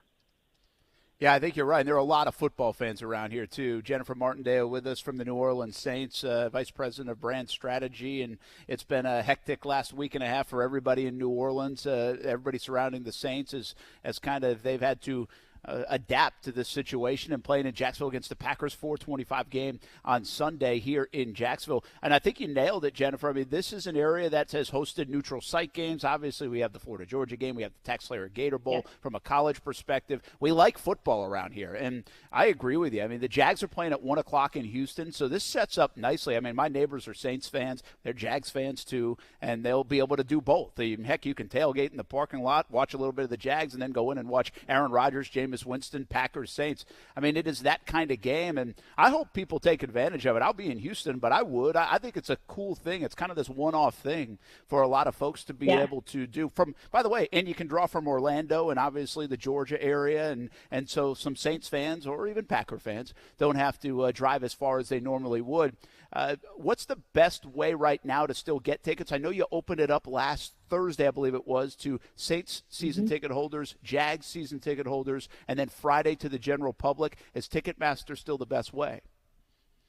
Ticketmaster.com is going to be the easiest, fastest way to buy tickets, but we do realize, there are a lot of people in Louisiana who still lack electricity, much less Wi-Fi, and so the Jaguars have also generously opened up their general ticket sales line where people can purchase tickets if they cannot connect through the internet. And again, we're grateful to them for doing that. I think we're excited to see the Jaguars game on Sunday as well. I mean, we obviously hosted y'all during the preseason, but we're just as excited to watch, history being made with Trevor Lawrence playing his first regular season game. So we'll be watching it on the TVs at the stadium prior to our kickoff, certainly. Jennifer, go ahead. So real quick, I don't know how long you've been in the NFL, but I mean, is this as unique a thing as you've dealt with? And you guys have dealt with some unique things there in New Orleans over the years. We have. I've been in the NFL for 3 seasons, but, fortunately or unfortunately, this is not new to New Orleans having to adapt and figure out how to host games elsewhere. Obviously, in the aftermath of Hurricane Katrina, the team was displaced for several months. So thankfully, we have a lot of veterans in the organization who, after living through that, said, we could do one game anywhere. Well, in a COVID world, too, where everybody else is already adapting anyway. I mean, that might be, in a weird way, somewhat advantageous, Austin. No, for sure. And Jennifer, before I let you go, I mean, I think I did my research correctly here, but you're also the Vice President and Brand Strategist of the New Orleans Pelicans, right? Yes, I am. I wear 2 hats. Yes. Fantastic, because do I have the question of all questions for you? Oh, gosh. She might not be ready for this, Austin. Brent, chill out. So when we talk about New Orleans Pelicans, we talk about one of the greatest seasonal mascots in the history of professional sports. And, of course, I'm talking about King Cake Baby. Now, how was King Cake Baby received in the city? Is he still around? Because I know you guys have another mascot as well. But, like, what is the vibe of King Cake Baby, and is he still around in the first place? I should love that you asked about King Cake Baby. Thank you. King Cake Baby is still around. Yes. He only comes out during carnival season. Okay. So you will only see King Cake Baby during the Mardi Gras season. Okay. So we keep him locked away until that time comes, and then we let him out. So if you're lucky enough to come to a Pelicans game in that gap between the holidays and Fat Tuesday, you have a good chance of spying on him. Okay. That's it. Good Then he to goes know. back in his box. Bigger draw for you, Austin, King Cake Baby or Zion Williamson? I mean, listen, but with all due respect to Zion Williamson, I mean, I'm a Bucks fan, so I would never wear a Zion Williamson jersey, but I would rock a King Cake Baby shirt or something all day. So I'm He's team got a King cult Cake following. Baby. You're not alone. Okay, I love good. that. Good. Hey, and before I go, I do just have to make one, final plea for folks who have the means to help out with storm relief. Please, donate to an organization you trust. You can donate on the New Orleans Saints website, but there's just a lot of need along the coast, and we hope folks will help them out. We're going to spend some time during Sunday's game trying to promote storm relief as well. Well, absolutely, and I think a lot of the folks in Jacksonville will hear that and hopefully support it as well, as they have a lot of friends and family right in the New Orleans area for sure. Jennifer Martindale, I know it's a challenging couple of weeks, but give our best to everybody in New Orleans. We'll see you Sunday. Maybe it'll be a little Mardi Gras feeling Sunday here in Jacksonville. Hey, thank you all. Thanks again to the city for hosting us. You bet. That is Jennifer Martindale, Vice President of Brand Strategy for the New Orleans Saints and the New Orleans Pelicans. Yeah. Dude, I mean, very good, man. Are you aware of King Cake Baby? Do you know who that dude is? Yes. Yeah, man. You want to talk about scenes. I'll tell you what. King Cake Baby is scenes. That had a little bit of everything. I was always wondering where you're about to go. And, dude, he's that got was good. And he's She rocking loved the bib. I know. Well, good. She should love it. I mean, it was a genius idea. I hope. I have no idea what the ticket distribution is going to be like. I genuinely think, Austin, it's a cool opportunity. I had somebody reach out to me today. Now, again, how bad do you want to do it? Do you want to pay for? Do you want to pay whatever it costs to get in, or whatever seat? And we talk about Aaron Rodgers, we're talking about the Saints. We're talking about Alvin Kamara is one of the most exciting players to watch in the league. Yeah. So I think this is a cool opportunity. I really do. Listen, there's nothing in it for me if you sell tickets. Mm-hmm. I just think it is a neat opportunity. If I was not working in Houston and I was just like a fan of football, I think it would be one I'd highly consider going to right down the road, because it doesn't happen in the NFL. We get neutral site games in college football. This isn't like a real-life neutral site game. No, for sure. Can you imagine if they announced this? Let me just give you an example. If they announced this back in like April or May when the schedule came out, I think people would be like, oh, my gosh, that's awesome, right? Now, they obviously had to announce it like a week before the game because of the circumstances, so that changes things up a little bit. But I think if this had like months and months of promotion, people would be like, hey, this is a really cool thing. I get to go watch two good football teams on a Sunday afternoon in Jacksonville. Yeah. Not against the Jaguars game necessarily. It'd be totally different if this was a 1 o'clock kick, but it's not. So, and by the way, it'll be a little, hopefully not as warm, at 4:30 on a Sunday afternoon. So hopefully the place is filled up pretty nice. It's not going to be a sellout, I can't imagine, but hopefully it will be filled up nice for both fan bases, but especially the Saints because of all the things they've had to change over the last couple of weeks. No, for sure. And you said it. I mean, in terms of the schedule and in terms of the time, I mean, it does work out. If you want to catch that Jaguars game, now let's be honest, it should be the third quarter. You're sitting pretty peachy. We would hope. Yes, we would hope. We would hope, but we'll see. But I think that if you're if you're a fan of the sport of football, and you want to see a pretty competitive game, I think that it's going to be, then Green Bay and New Orleans is definitely for you. So Yeah, well, we'll see what happens. Again, you can watch the game on Fox 30 here in town as well, but no doubt, let's see a good atmosphere. I'm I'm interested to see the setup. I had heard that the Saints were going to arrive on Friday. I'm not sure that's still true. I just heard a rumor about that. We'll see if that's the case. I think they have been working through some of the logistics, but the Saints logo at midfield, Saints in there. It'll be just fascinating how the game day operations, from Mark Lamping to Chad Johnson to Scott Massey at the Jags to everybody. I'm going to miss a whole bunch of names, but everybody that does that in conjunction with what the Saints are trying to do. And it's kind of cool that they appreciate what the Jaguars are doing, what the city of Jacksonville is doing as well, putting their arms around this football game coming up on Sunday. Hey, real quick, Casey, did you like the Ryder Cup team announced? No, sir. You don't? I don't. I think I saw you tweet you wanted Horschel, huh? I wanted Billy Horschel, yeah. I thought it would be great for Horschel. He'd be so good in that environment, too. He would. He obviously won the match play this year. He's won one of his PGA Tour wins. Besides the match play, came in a playoff. He's a great putter. So I would have went with Billy Horschel over Scotty Scheffler. And we don't know about Kevin Na. Yeah, I mean, it's an option. He's hot right now, but will he be hot, when the time comes? So that is the question, and obviously Patrick Reed being left off, we assume because of the health stuff he's going through, but there's probably going to be one more ad because you're going to probably have to replace Brooks Koepka with the wrist injury. Yeah, I talked to somebody yesterday about that. It didn't seem overly concerned, but maybe that is a major concern, and you want him healthy. Can you imagine if you have to replace Koepka? There goes the whole DeChambeau-Koepka thing, which I also was told it's not that big of a deal internally. They've actually had dinners together and stuff for the Ryder Cup leading up to this event. So the outside noise seems a bit bigger on that front, which is good because I need a Team USA win in the Ryder Cup. More wrestling talk a little bit later on, Austin. We'll take a break. Oh, yeah, I'm chopping at the bit right now. I'm foaming at the mouth. Okay. Hold it. Okay. We'll be back. Okay. Now, the First Alert Forecast on ESPN 690. Scattered showers and thunderstorms with heavy downpours will continue into early this evening and muggy overnight with a scattered shower or two continuing in the mid-70s. And Thursday, mostly cloudy, occasional showers and a few thunderstorms tomorrow with tropical downpours but diminishing by later in the day, highs in the low to mid-80s. Friday, partly sunny, a few showers and storms and a high of 87. From the First Alert Weather Center, I'm Action News Jax Chief Meteorologist Mike Burrish. The Weather Center is brought to you by Beard's Diamonds. Now you can buy like a dealer buys. Save thousands on thousands of diamonds for a limited time at Beard's Diamonds. Galaxy Builders, they're out of this world.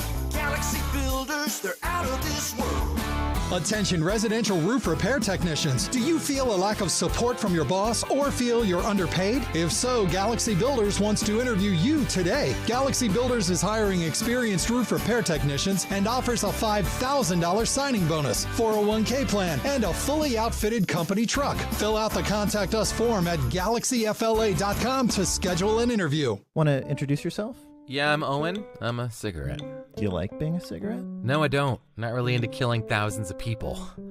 Sorry, no filter. Right. What's your sign? Pisces? I'm a Cancer. Cigarette joke. But seriously, I do cause cancer. And heart disease. And strokes. I could go on forever.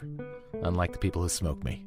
The average smoker lives 10 years less than non-smokers. Quit today. Find out how at tobaccofreeflorida.com. Men, do you feel embarrassed in the bedroom because of ED or PE? Prime Men's Medical Center has the solution. I'm Dr. Brown. 98% of patients experience a positive result from the treatment in just 10 minutes after just one office visit. Men are lasting 30, 60, 90 minutes or longer, and it's affordable. Call Prime Men's Medical Center at 904-664-8217. See results on your first visit guaranteed or pay nothing. Call 904-664-8217. Are you a recent high school graduate who hasn't made up their mind about what they want to do for their career? Or possibly you're already working, but you're stuck in a dead-end job? If so, then I'm here to tell you about JTech. JTech is a local school that offers hands-on essential career training. Have you heard about the massive increase in online ordering since the pandemic started? That means that more people are needed who can service diesel trucks. Diesel technology is an important part of the transportation industry, and qualified diesel technicians play a huge role in keeping that industry moving. At JTech, they're helping to meet the demand for skilled diesel technicians by offering a 91 credit hour ASE-based diesel technology program. This program is going to help you give you the hands-on skills and confidence needed to launch a successful career in diesel technology. To learn more about JTech, visit jtech.org or call them at 904-483-9460. Ask for Hank to set up an appointment to tour the campus or get your questions answered. That's 904-483-9460 or visit jtech.org. I love football and I love chicken wings. Hey, everybody, this is Brent Martindale. We are a lot alike, right? You love football and you love wings. Let's win the week with Extreme Wings Sports Grill. 4 locations in Jacksonville, Atlantic Boulevard, Ocean Way, 210 in St. Johns County,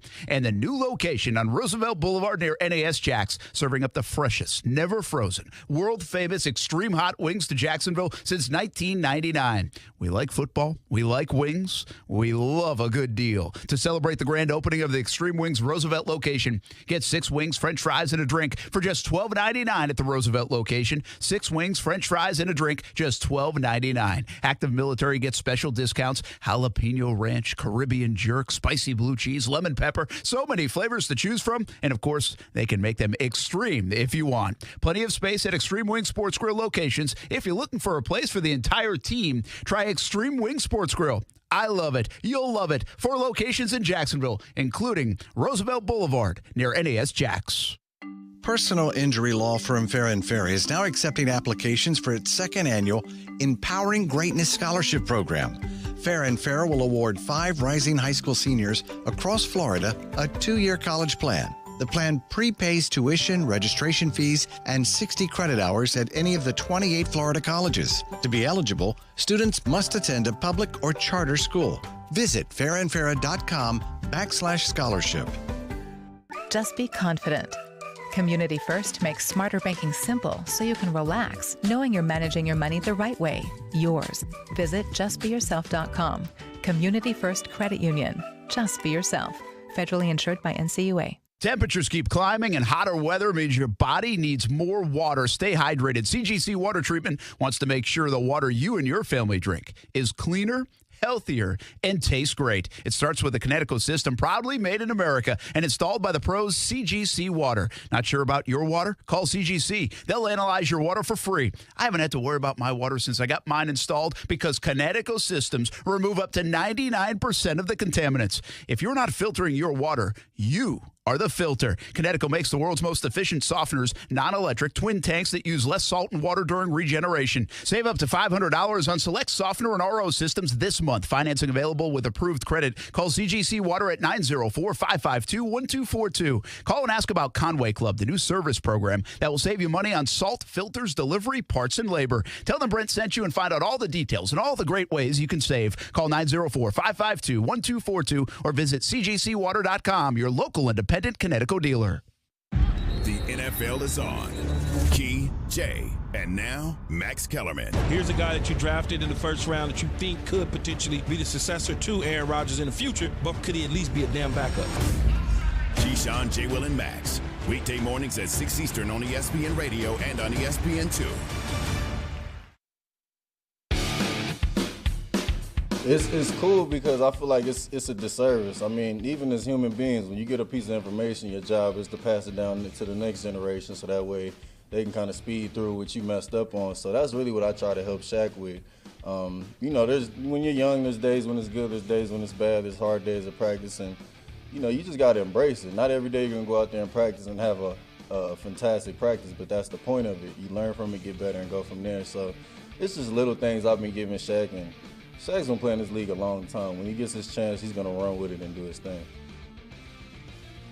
That is Miles Jack, arguably the best football player on this team, in my opinion, for what I've seen and how he played last year. Now, might not be the case in a couple weeks, but I think he's a bona fide, perennial good player that they can rely on now that he's in this position, this spot. Brent Martindale here at Fields Cadillac, Jacksonville. Action Sports Jacks on ESPN 690. Don't forget about Rock the Box. Free night of music for our heroes right here in Orange Park. It'll be October 1st, and they've changed the event a couple times around, and now really cool for our local heroes. Active and retired military personnel, hospital frontline workers, first responders, teachers, linemen, all free for you. Candlebox, Saliva, Dropout Kings, Brett Myers. RockTheBoxOP.com to come for free. You have to register. RockTheBoxOP, like OrangePark.com. That's October 1st, 7 o'clock. Make sure you come and check it out. Rock the Box in conjunction, of course, with St. Michael's Soldiers, Homegrown Kindness Project as well, Fields Auto Group. We are at Fields Cadillac in Jacksonville, part of the Fields Auto Group family. Brent Martineau here, Austin Lane back in the Action Sports Jack studios. What is Myles Jack going to look like in this defense, Austin? Is he going to ball out? Is he going to thrive? Give me an idea what I should expect from number 44 after he had his best year as a pro last season, albeit in a 1-15 year. Yeah, I think people, when it was announced they're playing a 3-4 defense, and obviously Myles Jack will be on the inside, people got the preconceived notions that, he's back to middle linebacker. That's not where he belongs. He's an outside guy, uses speed and athleticism and all that stuff. But what people fail to realize is, his duties and his job when he was a middle linebacker here in Jacksonville in a 4-3 defense is vastly different than what it is now in terms of what he's going to be asked to do. As far as making the calls and everything, that's going to be Wilson's job as of now. Myles Jack is going to be able to pin his ears back and play football. He doesn't have to worry about the calls, the checks, the blitzes, the audibles, any of that stuff. All Myles Jack has to do is he's going to feed off of a defensive end that's in front of him, and I assume it's going to be the one gap responsibility, and wherever that defensive end goes, he goes in the opposite gap. It's pretty simple. Obviously, in this 3-4 defense with Joe Cullen, there's going to be blitzes on top of blitzes on top of blitzes, all right? It's going to be a blitz buffet, if you will, and Myles Jack's going to be featured in that as well. So I think you're going to see a defense that is going to utilize his speed sideline to sideline and also utilize his athleticism in the blitz game. Well, and so where does his career go from here? If you can utilize him and Josh Allen and their skill set and let them play and let them create, are we looking at kind of a prime of his career, part of his career for Myles Jack? But are we looking at when we think of a player that might take another step on the national landscape? I feel like Myles Jack's a guy people know because he made some plays in that 2017 run. Obviously, the Myles Jack wasn't down moment, so he's known for that. But again, I think football people know Myles Jack was really good last year, and he's super talented, and he was heralded. And the story about his knee coming out of the draft that year, I'll never forget it. So are we looking at hey, boom, breakout kind of across the country guy in Myles Jack? Could we be looking like that with Josh Allen? I feel like Laviska Shenault could have a little bit of that because he could be a highlight reel guy for the Jaguars on offense, running over people and through people. Am I right? Do you think so? Is that a possibility for players like that on this roster? So if you're asking me, what is it going to look like compared to other seasons from Myles Jack, it's funny because we talk about the defensive end position, right? And you're having a great season if you have a lot of sacks. That's what that position, or outside linebacker, I should say, too, in terms of edge rusher. That's what that position, that is the litmus test of if you have a good player or not. It's sacks. Now, it's not the end-all, be-all, but in football, that's the way you grade it. In terms of cornerbacks and sometimes safety as well, it's all about interceptions, or it's all about how much does that team throw on your side. When we talk about the linebacker position, tackles are obviously a big proponent. When you look at Puzz's stats, Puzz was always, I think, top 5, top 6 in terms of tackles. And one could say, well, we had a lot of tackles. That means that, he's one of the best linebackers in the league. And I would agree with you, but I also say, well, maybe your offense wasn't really doing you any favors either by staying on the field. But when you ask me, what is it going to look like this year for Myles Jack compared to other years? We're still going to see the stats, right? We're still going to see the tackles. We're still going to see the tackles for loss and then the plays in the backfield. But what I think the difference of this year compared to other years for Myles Jack is going to be the impact plays. It's going to be the oh wow plays. Now you saw that back in 2017 a little bit, but I think with what Joe Cullen's going to have Myles Jack do in terms of blitzing, drop back into coverages and all this stuff, I think it's going to give him the chance for a lot more impact plays. Well, that's good. Of course. That's good. I love what you're saying about Myles Jack. Again, I'm a big fan of Myles as a football player. I don't think he got as much love as he should have last year. He played at a Pro Bowl caliber. James Robinson played at a Pro Bowl caliber. I understand that you're not going to get to the Pro Bowl when you're 1-15. I get it. But that's the kind of year those guys had, and I think that's resounding. I think that registers with people. Like, they understand that. It was that kind of year. I think Brandon Linder, a lot of people would say, I don't know from my view of watching the offensive line if that's reality, but I think a lot of people in the building said that about a guy like Brandon Linder as well. So now I'm just interested in the next step. I really think Laviska Shenault has a chance to be a breakout guy for this football team. Yet I don't even know if he's going to lead the team in receiving, Austin. Yeah. But I think his style of play, and I go back to what Marvin Jones said about Laviska last month in camp, and that was, I don't think there's anybody like him in the slot. Well, if you're one of a kind, guess what you are? You're an NFT, baby, and you're valuable. And that means you are popular. And that means Laviska Shenault, if he is kind of one of a kind from a receiving threat in the slot, well, then he becomes that guy. Now, you still have to produce. You got to win. You're Jacksonville. You got to take the big moments like maybe Thursday in the Cincinnati game and do well. But I think he could be a candidate for that conversation too. Yeah, I mean, it's crazy because the past couple weeks in terms of fantasy experts, and I say that in quotes, like Laviska Shenault is the guy. I mean, if you go on any fantasy website right now, it's, when they ask sit or start your players, like one of the top guys in every single website is start Laviska Shenault, start Laviska Shenault. And I understand that. I understand that when you lose a guy like Travis Etienne and there's going to be more targets going in the middle of the field, Laviska Shenault can be that guy.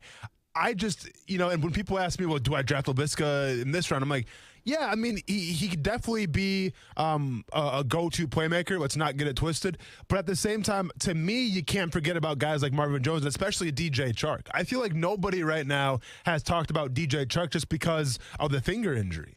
Now, he's expected, I believe, to start week 1 against Houston. And keep in mind, when DJ Chark was playing at a very high level, he was one of the best wide receivers in the league. And when you give him an upgrade with Trevor Lawrence now, I mean, I'm very curious to see what that's going to look like. So I understand all the hype for Laviska, but you also have Marvin Jones. You also have a guy like DJ Chark. It's just I wonder where all this target share is going to go. And we really don't know that until we're a couple games to the season. Well, Finney287 Jags on social media says, most important is Allen. If he doesn't, could be in trouble, but hope our new DT helps him out a ton. Do you feel that way? And in the context of this, I put Laviska, I put Myles Jack, I put Josh Allen, and maybe I'm missing somebody else. I don't really think I am. But in terms of being this breakout guy in the context we're having it, and he says most important might be Josh Allen. Now, you said it countless times. I think it's worth repeating. They are building this defense almost to have Josh Allen make plays. How important is it that Josh Allen has a monster season for the Jags? Not only success, but the long-term say, hey, that guy is a dude that we have. Yeah, I mean, literally the success of this Jaguars defense is going to stem on Josh Allen. So he may be the most important player on this team to have a successful year, because we can sit here and say Laviska Shenault, but is this offense going to be tailored to what Shenault does? Well, maybe some of it, but not the entire thing. All I know is when it's, second and long or third down and it's a guaranteed passing situation, Joe Cohen's going to have the best Josh Allen play drawn up to try to get him in the backfield and cause chaos, because that's how much they value him. So, yeah, Josh Allen is going to be, set up to succeed without a doubt. Now, it just can't be him, because we've seen this story a little bit before. We saw it last season. When you lose a guy like Calais Campbell and you take the attention away from the middle of the field and obviously the middle of the pass rushing lanes, well, now all that focus goes to Josh Allen. So, yeah, Josh Allen can obviously do it himself. You have to get pressure up the middle as well. But I think if Josh Allen has a great year, a successful year, if we're talking over 10 sacks for Josh Allen, that means that this defense, which we've envisioned, is doing their part and it's working. Yeah, and I like what you're saying there. I think it's a double-digit kind of sack year potential because that's what he's got. He's that kind of guy. I mean, he is a really good player. We're not all wrong about that. We knew that. He's a top 10 pick. He was a bona fide top 5 pick, quite frankly, if you go back to that draft, and I think he slipped and the Jags got fortunate.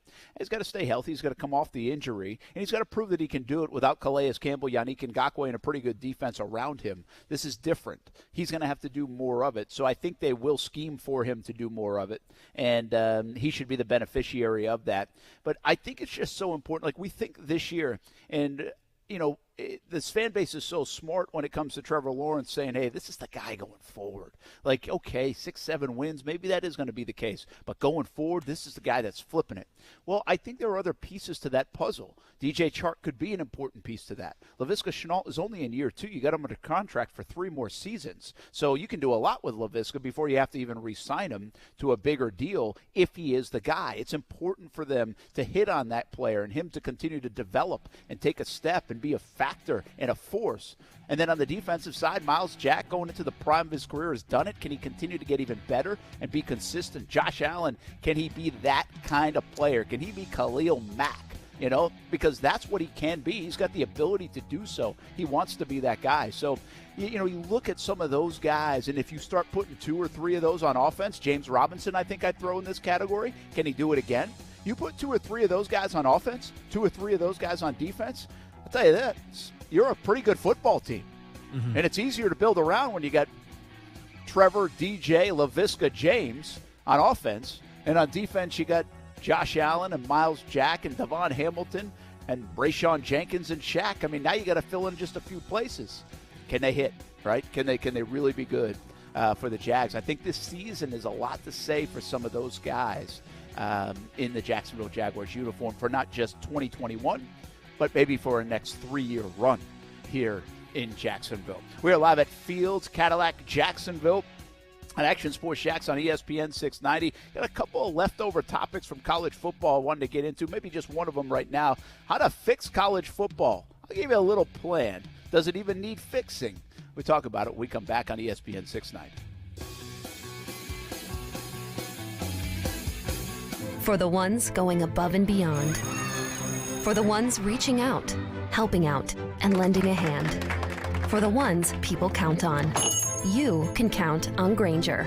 Grainger offers supplies and solutions for every industry, backed by 24/7 customer support and specialists to help with hard-to-find products. Because you've got everyone's back. We've got yours. Call, click Grainger.com, or just stop by. Grainger, for the ones who get it done. Hi there, I'm Mia. I'm Air. Your air? Yeah, I just got out of the lungs of someone smoking a cheap little cigar outside a bodega. Oh, it was so smoky in there. And where there's smoke, there's fire. Cancer. Oh. Yeah, little cigars might taste sweet, but they still kill. I'm supposed to be helping people, not unhelping them. You mean hurting? Oh yeah, sorry. I'm a bit of an airhead. Little cigars are just as dangerous as regular cigarettes. Find out how to quit today at tobaccofreeflorida.com. Hello, you have reached the Crooks R Us Training Helpline. Today, we're discussing the differences between a safe-touch security system and a do-it-yourself security system. One's professionally installed and monitored, while the other one comes in a box. Well, yeah, there's that. As you know, houses with safe-touch security systems are strictly off-limits to us crooks, for many reasons. Professional installation and monitoring among them. Correct. And by contrast, alarm systems that come in a box with do-it-yourself installation are a crook's best friend. Plus, they have DIY monitoring. No comparison to SafeTouch's two-way communicator. Excellent point. So to sum up, as crooks, you'll want to avoid any house with SafeTouch security. And tell your loved ones, if they're going to buy something that comes in a box, just make it cornflakes. Only one security system is truly the best. Hi, I'm Lester Jackson, president of SafeTouch Security Systems. No one beats our technology or our price. Call SafeTouch today at 888-723-8682 or go to safetouch.com. State license number EF233. Firefighters, paramedics, police officers. They take care of us, and at AMCO, we're proud to take care of them. For over 60 years, we've repaired and maintained the most critical public service vehicles. As an essential business, we work on every kind of car repair with flexible financing and extra safety precautions. Essential, reliable, trusted. That's the men and women who are there for us, and it's our honor to be there for them. AA MCO. Money tight? We can finance almost anybody. Find the AMCO transmissions nearest you at amcojacksonville.com. It's a new approach to healthcare. The Center for Health and Sports Medicine is built on the pillars of health: physical, mental, spiritual, and emotional, with primary care sports medicine physicians, mental health counselors, an advanced diagnostics lab for wellness and sports medicine, and 24/7 on-site state-of-the-art fitness facility, all under one roof. What does this mean for you? As a Center for Health and Sports Medicine patient, you'll receive medical care in a collaborative, proactive, goal-oriented manner. In other words, everything they do is centered around you. Learn more at jacksfamilysportsmed.com. Is your home not feeling very new anymore? Sick of that pink bathroom tile, popcorn ceilings, a stove older than you are? Whether it's repairs or reno, finance it smart with a Honeydew HELOC from 1-to-1 Financial, Jacksonville's hometown credit union, where you can borrow up to 90% of your home's appraised value. You've got good taste, but your block counters ain't cheap. So get to work and open a Honeydew HELOC with 1-to-1 Financial. When you do, we'll send you a free handyman tool set to get started. Apply online at 121fcu.org. Federally insured by NCUA. My secretary booped me at work today. You know, I booped Larry all the way across town. Connect with your staff in an instant. All you have to do is boop. Push to talk is back from Peak PTT. Hey guys, I'm in the bathroom and I just booped. It gets you to the right person in real time because nobody ignores a boop. Instant two-way communication across town or across the country. I can boop driving. Department of Transportation says so. What are you booping waiting for? Ready to boop right out of the box. BoopToTalk.com. 5G is here, but the big carriers want you to sign a pricey long-term contract to get in on the action. Well, no more, because Straight Talk Wireless has rolled out 5G coverage nationwide, with plans starting at just $35 a month with no contract. And get a Samsung Galaxy A32 5G for only $299, all on America's best networks. 5G coverage, 5G phones, less money. Straight Talk Wireless, no contract, no compromise. 5G capable device required, actual availability, coverage, and speed may vary. Want to look like $1 million but only spend a handful of bucks? Upgrade to a Dollar Shave Club 6-blade razor for a noticeably smooth shave thanks to their 6 precision-cut stainless steel blades. Razors can be so expensive, so don't spend all that money for a mediocre shave. With Dollar Shave Club, you get the shave you want every time. Dollar Shave Club, it's what dreams are shaved of. Find your perfect shave wherever you shop, in-store and online at dollarshaveclub.com. That's dollarshaveclub.com. dollarshaveclub.com. Welcome to the club. 911, what's your emergency? This car, an SUV, it was going across, it went around the barrier and the train. Oh God. Ma'am, did a train hit an SUV? Is that what happened? Yes, the train is still going. The train is going and the car, I can't believe it. You can't judge the speed of an approaching train. That's why the signals are there. Stop. Trains can't. Paid for by NHTSA. I was surprised he was that good. I mean, I knew what everyone had been saying about him. I saw him a couple of times last year, Max. And I will go back to July or August of 20, and there were some people who thought he could beat out Mac Jones. That's what type of talent he brought from Southern California. But it just didn't seem like he could play this well. Now, you know, Miami is not a lower division team. I mean, they were ranked in the top 20, but he made them look stupid, and I think he's going to make pretty much everyone else look silly this year as well. Well, ESPN's own. Oh, yeah. So give a little. I mean, Brent, we're so nice when we give our intros. I mean, that's obviously ESPN's Paul Finebaum, great friend of mine. Always an honor to be on his show. One of the best in the industry right now. Now go ahead, Brent. What were you saying? What? By the way, I love how Finebaum's like. What? Many people thought like he would compete with Mac Jones. No, many people thought Mac Jones had no chance to beat out Bryce Young. Okay, nobody thought Mac Jones was even going to get that job. Yeah. I mean, because Brent, of 5-star Bryce Young. Yeah, no, I get what you're saying, but at the same time, I mean, I just can't go against the king, which is King Finebaum. So, you know why? Paul Finebaum. What's up? It just means more. Hey, and that's why I was excited. And now I wasn't on a show, but maybe a soundbite of mine was on a show. That's why I'm so excited, because when your soundbite gets on the Paul Finebaum show, you know what, Brent? Just means more. It just means more. Just means more. Maybe Urban. Sorry, Urban. It didn't mean as much being on our show yesterday. Hey, we were very happy to welcome Urban Meyer. We had some laughs. Maybe we got a fight set up and everything. But, when we're talking Paul Finebaum and the SEC, it just means just a little more. I mean, it doesn't mean a lot more. It could mean just a little more. Just saying. Brent Martineau at Fields Cadillac, Jacksonville, part of the Fields Auto Group.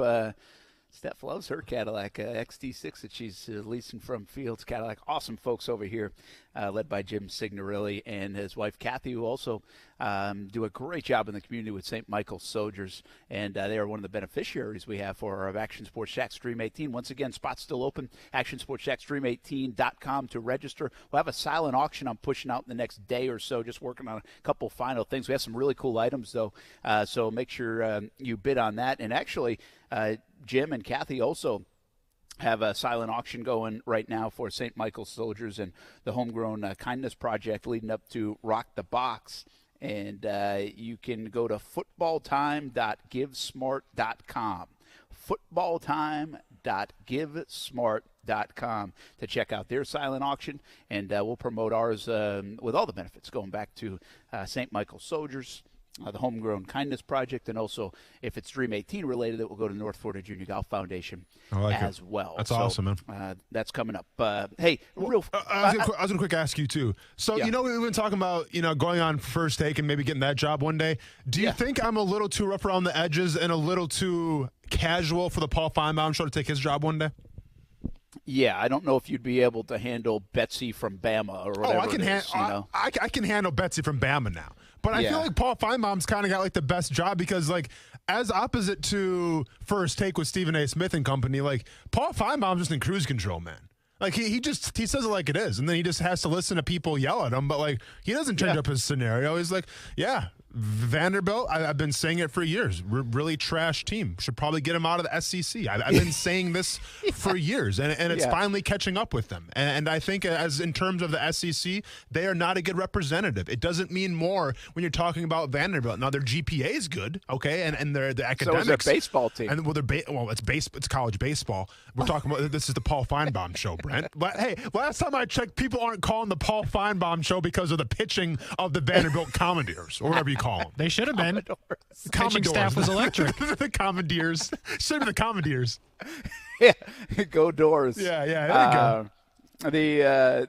I don't know, man. I think you're better on First Take than on we'll see. Finebaum show. We'll see. I don't know. We'll see. You got a lot. You have a lot of different slots that I would put you in. The Paul and as your promoter / agent, and I'm not really sure I was thinking the Paul Finebaum show. Okay. We can go brainstorm some more then. I'm just asking. But if we were on that show, and we would say, does college football need to be fixed? And is Alabama helping create a situation where it needs to be fixed? Or is this just a cyclical thing, and Brent and everybody, you're overreacting? I think it needs to be fixed, Austin. And I'm going to do something a little bit absurd, but here's the reason why I think college football needs to be fixed. Because it's changed so much to a money game. So much. I mean, everybody would agree with that. It's so much a money game. We're acknowledging it. We know it's big business. It's taken a while to get there, but we know it. And eventually, I think we're going to get to these mega conferences where you have 16 4-power conferences. I think we'll get there. We'll see. And so I wonder if we need to create some salary cap-esque figure. And I don't mean it in dollars. Maybe it's in stars. Maybe it's a certain amount of 5 stars, a certain amount of 4 stars. Because the problem is in sports, we love the NFL because of parity. You can go from worst to first in the NFL. Well, Wake Forest can't win the ACC. They're just never going to do it. I don't know if Kentucky's ever winning the SEC. I don't know when that's ever going to happen. And you have the haves and have-nots, and it's really led by Oklahoma and Clemson and Alabama, and Georgia's up there, and Florida can make a run, and Ohio State, of course. But even the Pac-12, these legacy schools have been left behind, and I think a lot of it has to do with dollars. Who can afford in these conferences to build the Taj Mahals? Florida State's a great example here. If Florida State needs the dollars to get back up to be a king of college football, they're not going to do it. They cannot afford to build what Alabama can build, and kids like that. That means something. I just talked to a kid today on Ty's baseball team and went up and visited. He's like, yeah, the field was terrible. Like, that's how kids think. Yeah. Like, that's how they think. Oh, Like, yeah. he went up and visited a school and he was like, hey, I don't know if I'd want to play there. That field's bad. Or they think that way. Whether that's right or wrong, that's the way kids think. And, I mean, Florida suffered in the early part of the last decade because their facilities got behind. Like, it's a real thing. I think it seems superficial to old school people especially, but it's a real thing that the money matters, the buildings matter in college football. Even I didn't buy it a decade ago, but it's reality. No, I get what you're saying here. And maybe sometimes in terms of, dynasties, whether it's Alabama, or Clemson, like maybe it's not the best for college football, and I understand all that. But at the same time, though, like, it's just a decade ago that Clemson wasn't on anybody's radar. True. Like, all of a sudden, Dabo Swinney takes over and turns the entire program around. You go from playing in the Meineke Car Care Bowl to playing in the Sugar Bowl and the Fiesta Bowl. Well, that's because of Dabo Swinney, what he brought in terms of recruiting and culture building. So, like, I get what you're saying where we can't ever fathom Kentucky and Wake Forest and all these schools doing something special because they don't have the resources, they don't have the money, they don't have the recruiting power. Okay, but if you hire the right guy, if you put the right people in charge, well, then I think you truly can. And that, to me, is what makes college football so exciting, because sometimes you're only one hire away or you're one move away from maybe having something special, from building something special. Are we seeing, though, a monopoly by some of these schools that it's too hard to catch up, I guess, is my fear. I mean, listen, I don't care who you hire at Wake Forest. You're never catching Clemson year after year. It's just not happening. Yeah. I'm not sure about that. Obviously, the rich get richer, right? And the bottom feeders keep on feeding on the bottom. I get that point. But once again, I think that if you can't bring in the 5-star recruits, then you have to go about it a different way, whether that's, thinking outside the box in terms of how your defense and offense are, I don't know. But there are ways, I think. Or cheating. Yeah, go ahead and cheat too. Yeah, I absolutely. Listen, if there are 4 power conferences someday with 16 teams, I want all 64 teams to have a chance to win. That's what we want in sport. That's why we hate baseball sometimes, because the Pittsburgh Pirates will never win the way they're built right now. That's why I love baseball. And at the end of the day, I'm not going to put a cap on the 5-star recruits, because then you're going to talk about a whole corrupt system in terms of how do you rate these players. That's fair. But what I will do, it's something that I've said many times on this show, and I'll probably talk about it to Paul Finebaum show next time I'm on the show. But I think what they should do is they should have a tax. Anytime that you build up a football facility, then that university gets taxed, and that money has to go someplace else within the university as well with other sports. So if you're Alabama and you want to build $1 billion weightlifting room, well, guess what? That's going to be tax, and that money has to go someplace else as well. Yeah, that's fair. I like that idea. You've said that before, and that is a good idea, I think. There's probably some loopholes in there, too, but I like where you're thinking. Mm-hmm. Hey, football at 5 coming up. We have AFC predictions and a bunch more, including could the Jags go worst to first? It's been done just about every year in the NFL. We talk about it live from Fields Cadillac Jacksonville on ESPN 690 next. October is Domestic Violence Awareness Month. Show your support by attending Hubbard House's Barbara N. Campbell Memorial Breakfast October 5th, an inspirational event benefiting local survivors. Tickets are available at hubbardhouse.org/breakfast. Let's be honest. I'm in the AC business, and even I don't want to buy a new AC system. And yet, the only thing worse than spending money on a new AC is spending it and then not getting the comfort and performance you paid for. Whether it's not seeing the promised comfort or efficiency due to a sloppy install and bad ductwork, or having a home that still feels sticky from inadequate humidity control, or dealing with bad air quality, allergies, mold, or anything else, investing in a new system to not get the comfort you paid for is total turd buckets. And that's why Griffin Service offers a 12-month test drive on all Florida-rated AC systems. If you're not thrilled with your increased comfort and efficiency, we'll uninstall the system and refund you 100% of your money. And that's for up to 12 months. Install the system now, and you'll still be covered next summer. It's only fair. So, if you need a new system, buy it from the company that'll guarantee you the performance and comfort you're paying for at GriffinService.com. CMC 1250697. Galaxy Builders, they're out of this world. Galaxy Builders, they're out of this world. Galaxy Builders is hiring qualified roof repair technicians. Roof repair technicians receive a $5,000 signing bonus and base salary starting at $52,000 a year with paid holidays and 401k plan. Galaxy Builders will provide a company truck with all necessary tools and materials. Experienced roof repair technicians can fill out the Contact Us form at galaxyfla.com to schedule an interview. Happy football season. Oh, it's so good to have it back. What do you say we get a pint? You can do that at Culhane's Irish Pub all football season at Atlantic Beach in the South Side. 2 locations. TVs to watch your favorite teams like the Georgia Bulldogs. Fish and chips. Shepherd's pie. Plenty of food and drink while you watch football. Go today for lunch or dinner. Eat in, order out. Culhane'sIrishPub.com and try the new Five Sisters Vodka at happy hour. 2 locations at Atlantic Beach and South Side. Culhane's Irish Pub. Irish sass with 5-star class. If you're anything like me, then cars were an important part of your childhood growing up. Literally, some of my very first memories involved helping my grandpa build old cars. If you're into cars, then you know that the technology is always evolving, which is why there's a demand for well-trained automotive technicians.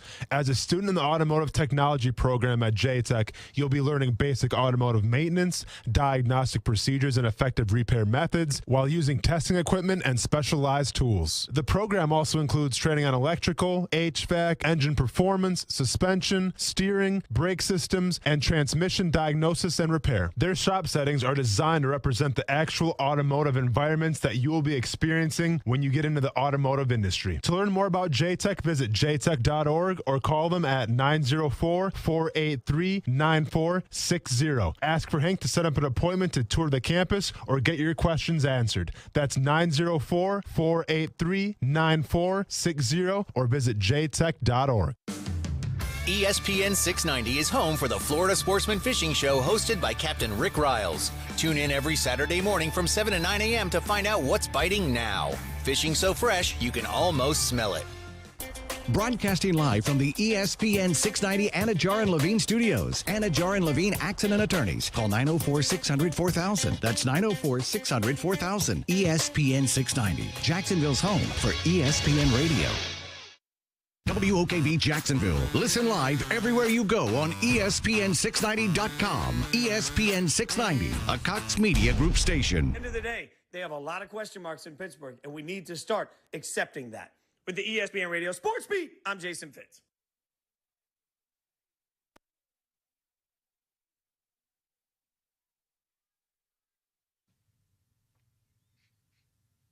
This is SportsCenter.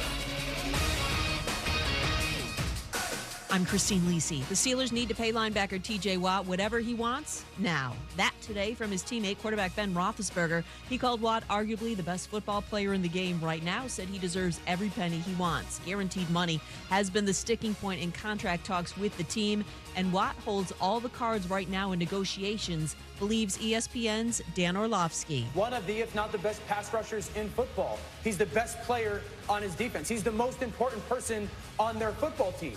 So that's why the leverage that he has, and that's why he's demanding so much money.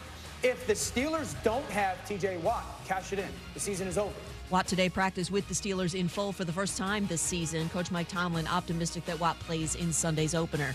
From ESPN's Adam Schefter, the Vikings signed Brian O'Neill to a 5-year, $92.5 million extension. Deal makes him the NFL's second highest paid right tackle. Derek Jeter, Larry Walker, Ted Simmons, and the late Marvin Miller inducted into the Baseball Hall of Fame today in Cooperstown. Last year's ceremony was canceled because of the pandemic. Download the DraftKings app and use code CJR to get a free shot at millions of dollars up for grabs this week with your first deposit. Minimum $5 deposit required. Eligibility restrictions apply. See DraftKings.com for details. Broadcasting live from the ESPN 690 Anajar and Levine studios. This is Action Sports Jacks on ESPN 690 with Brent Martineau and Austin Lane. I couldn't tell you who's said anything about us. I'm focused on, like I said, week 1 against the Steelers and trying to be the best quarterback and the best teammate that I can be for this team. But again, we've got lofty goals. It don't matter what anybody else says about us or what we're going to accomplish. Like it's ultimately up to us and what we do on the field, and we're excited to get out there on Sunday. I would assume that'd be Josh Allen. That would be. Not the Jaguar. No, Jaguar. That's the Bills version of. Did Casey just say Jaguar like kind of like Gus Bradley and Casey did say Jaguar, yes. Like a North Dakota would say? Like, yes. Where's that? You're from, like, Florida, man. Yeah. Honest mistake, I guess. Yep. We'll go with that. I don't know. I'm just curious. I didn't hear Jaguars. Blues Clues got to him a little bit, Jaguars. and we haven't been the same since, and it's okay. And it's all good. Yeah, the Blues Clues threw him off. Got to everybody. All right? Everyone's kind of just, it's one of those things. We're in our feelings right now. Yes, we are. We get in our feelings about a lot of things. I had a friend here. literally text me during the show. He's like, dude, you watched that Blue Clues video? I'm like, yeah, I did. He's like, pretty sad. I'm like, yeah, it was. Yeah, certainly was. Like, I'm telling you, it's huge. Listen, I don't doubt that. Okay. I don't. I guess I'm trying to compare it to like something, from your childhood or like what it would be like. And it's hard to, I don't know. I got nothing off the top of my head. Yeah, but like when I don't know if, I just feel like when I was old, probably a mid-'90s thing and beyond, it became like more these cultish following shows. Okay. As a kid. I don't know if that was the case. I mean, listen, there was always Sesame Street. Well, yeah. A little respect for them, please. Shout out to Big Bird. So, I mean, this is like that version, right? I mean, it's like Blues Clues. Yeah. Was kind of like, I guess, our Sesame Street. Yeah, I mean, or the Muppets. Yeah, I'd put it in that same realm for sure. Yeah. So just imagine you're watching the Muppets, and Kermit the Frog just leaves, Brett. Just gets out. He's just says, gone. We'll see you later. With no explanation. There's no more mail. That's it. Or was Jim Henson actually on the show or not? No, maybe not. I don't know. I'm trying to think like who. I don't know. Like if somebody was on the Muppets, like a guest, and all of a sudden the guy's like, "I'm see ya, out of here," and then all of a sudden like they come back, 20-something years later, saying they're okay. It's insane. I get it. Yeah, that's insane. Yeah. It just doesn't touch me like it touches you guys. Okay. I mean, it's almost like there's a lot of things like that. I mean, well, and it begs the question: do we play the long game here? Like, do I take one for the team and vanish for like the next 20 years from the show, and then like I don't know? I guess when I'm 50-something years old, I just show up one day on a random right before the first game of the season for the Jaguars, and be like, hey guys, just hope everyone's doing well. I've been well myself. Yeah, you probably should be more like me because. Maybe much like Steve, they wouldn't ask about me for like 10 years, and then but you couldn't stay off Twitter. Was it Steve? Yeah, it was Steve. But you couldn't stay off Twitter. Like if Steve true. had Twitter, we'd be all good. I mean, if Steve had the Brent Martineau Twitter effect, it'd be like, dude, why are you coming back? We know what you're doing. You're fine. We see you on Twitter. We know what you're doing every hour. It's okay. Yeah, I hear you. That's a good point. Yeah. Maybe it is better if you leave. Okay. All right, man. Well, on that note.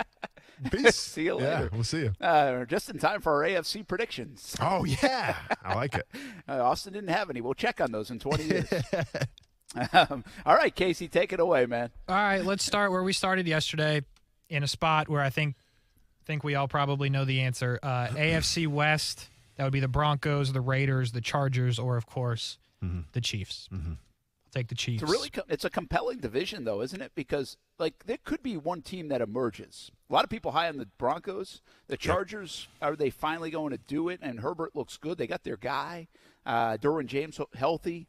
And then the Raiders are iffy, but they feel like they're better on defense. And maybe this is the year. So they've gotten a little bit better each year under Gruden and Mayock. So. I mean, there is a surprise candidate there. It's just which one's it going to be, and probably unlikely that anybody overtakes Kansas City. So, yes, I think we're all on the same page with the Chiefs. I have the Chiefs as well, yes. I have one of those teams being a wild card team. We'll get there when we get there. Ooh, little tease. I like it. But I think now, since what we did yesterday and how we're doing it today, we go to the next foregone conclusion, but I will give everybody a chance with the AFC South. That's a foregone conclusion? Really? I mean, I'll take the Titans, but... Go ahead. Of course you will. Wait, what is it? Whoa. What does that mean? Brent, I can't wait. Let's hear your analysis, Brent. What do you got here? Who are you taking? I got to be really careful here because I have a bet. Yeah, there's some bets on the line right now, so be careful how you answer this one. I know it. I got a bet against Carson Wentz. Yep. I also don't think the Titans are going to be as great as everybody else. Sure, because yeah. That's my stand pat answer, like the Cowboys. No, I get it. Added Julio Jones. Yeah, I mean, they're going to be worse for sure. Fine, I'll take the Titans. I just want to know why, of course, I would take the Titans. I don't understand why. Do I come off as Titans? One more time, Brent, yeah, you seem one like more a time, Titans please. guy. Casey, go make sure you record this. Brent, one more time. Who's winning the AFC South Division? I'll take the bleeping Titans. Okay. Ooh, that's going to be a button one day. I like that one a lot. That's what we call blackmail. If I trusted Casey a little bit more, I would have swore. Good call, man. Good call. Definitely. That dump button has never been hit on his watch. Give the Titans as well. Yeah, I just think the combination of Derrick Henry and Ryan Tannehill, I think, is an underrated quarterback. Pretty good coaching with Mike Vrabel. I just think they have all the components, if you will, to have a pretty good season and win the division. All right. Can they? By the way, no, I'm not passing there. The only reason I'm not picking the Colts is because I have a bet going that Carson Wentz isn't going to deliver. I mean, is this what we're doing with it, Brent? Is this how we're going? I'm just telling you. That's the only reason. Okay, fair enough. And by the way, and also, could he? They have maybe the most issues potentially from a COVID standpoint than any other team in the NFL. You could make the case. No, this is true. Yeah.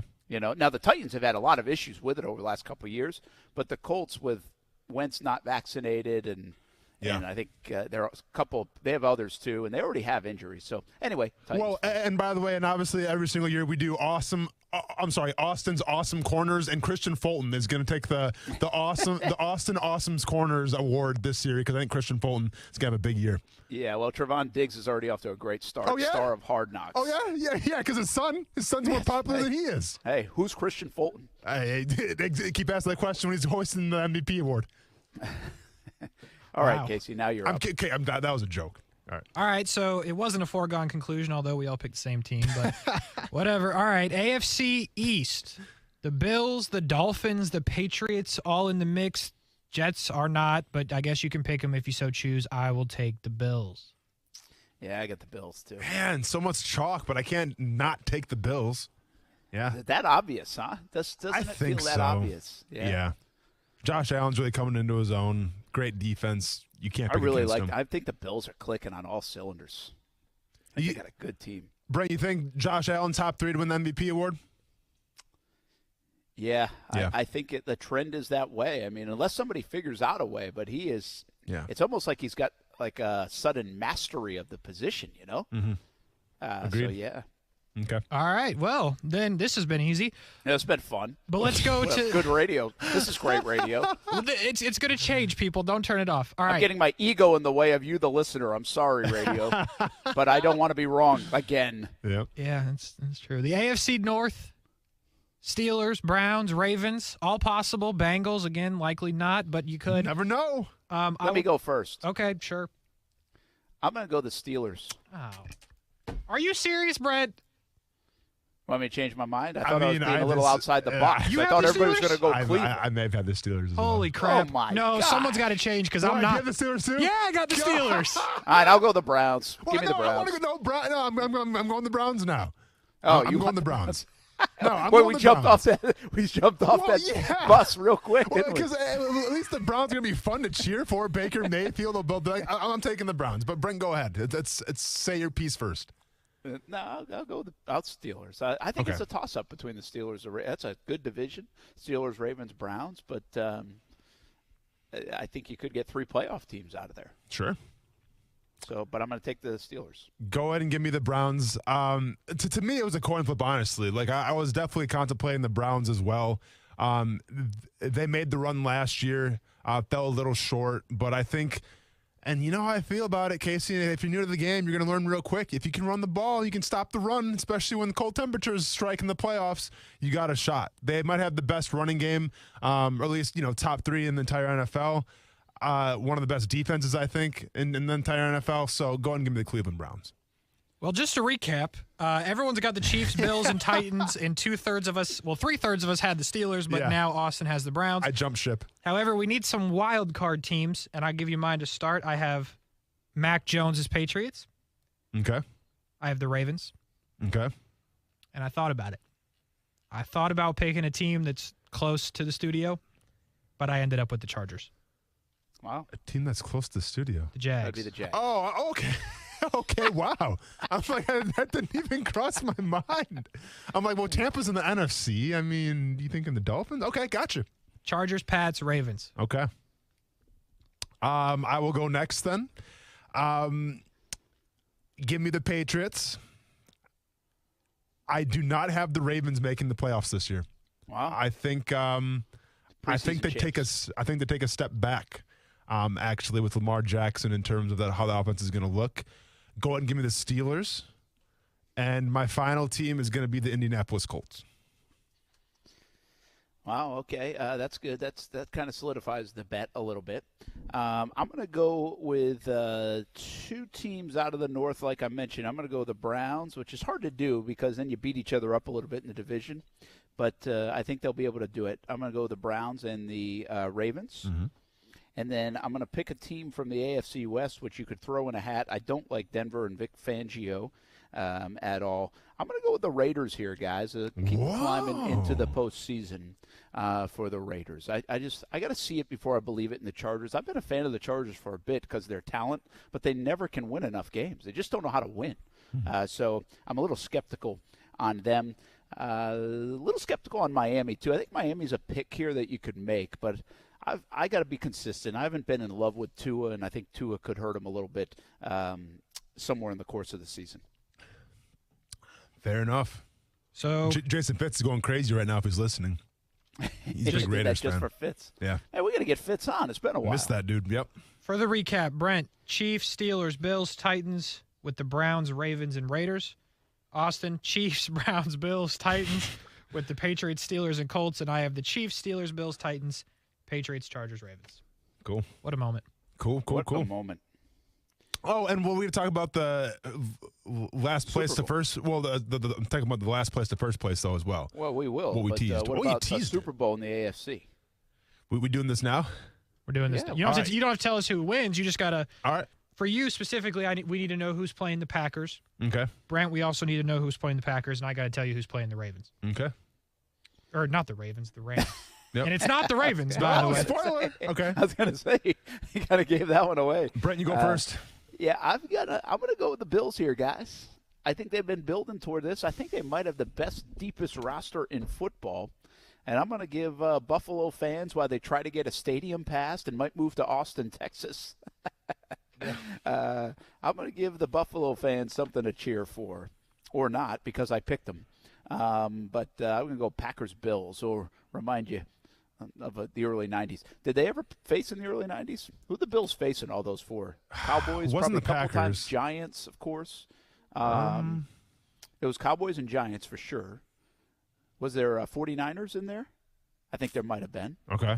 I think like 92 might have been like 49ers. Okay. And I'm missing one. We might have got – maybe it wasn't the Cowboys, because Cowboys would have been later in that decade. So I'll have to look that up. But anyway, Yeah. I got Packers-Bills. Okay. Not going to lie. Was thinking about the Bills, but we're all good. I can call an audible. I can go on the fly.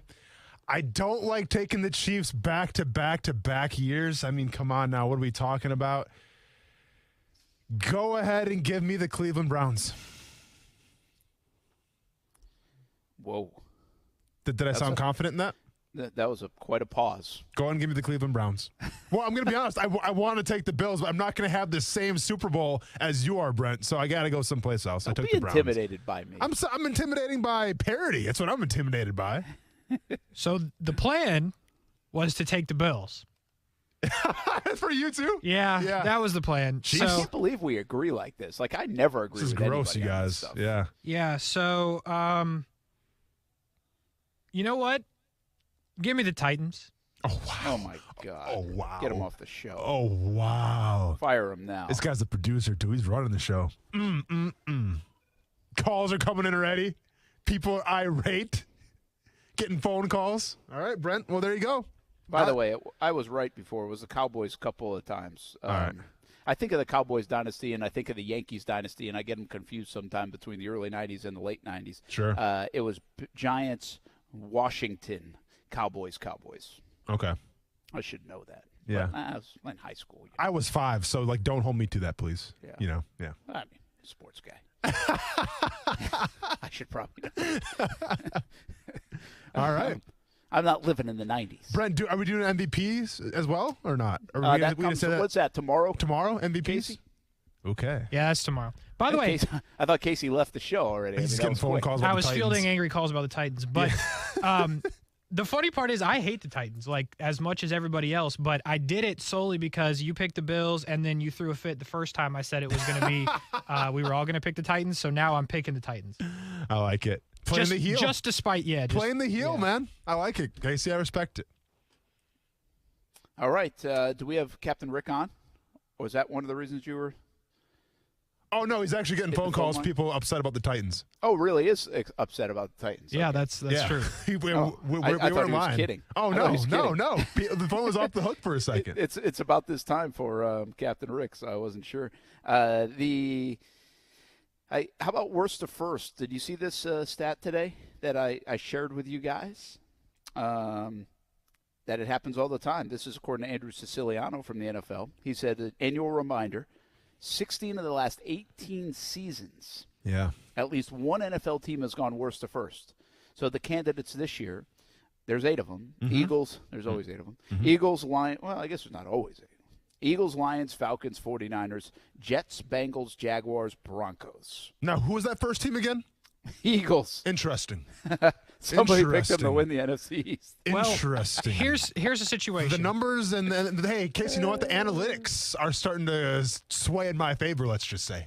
Well, just to back off what we're doing, by what we talked about yesterday, only one of us picked a team to go worst to first, and it was you, and it was said team. Yes, yep. So I guess that's the answer, huh? Who can I say now? Do I rely on analytics a lot? No, but in this case, I think they prove my point here. Fly, Eagles, fly. Oh, goody. Fly, Eagles, fly. Fly, Eagles, fly.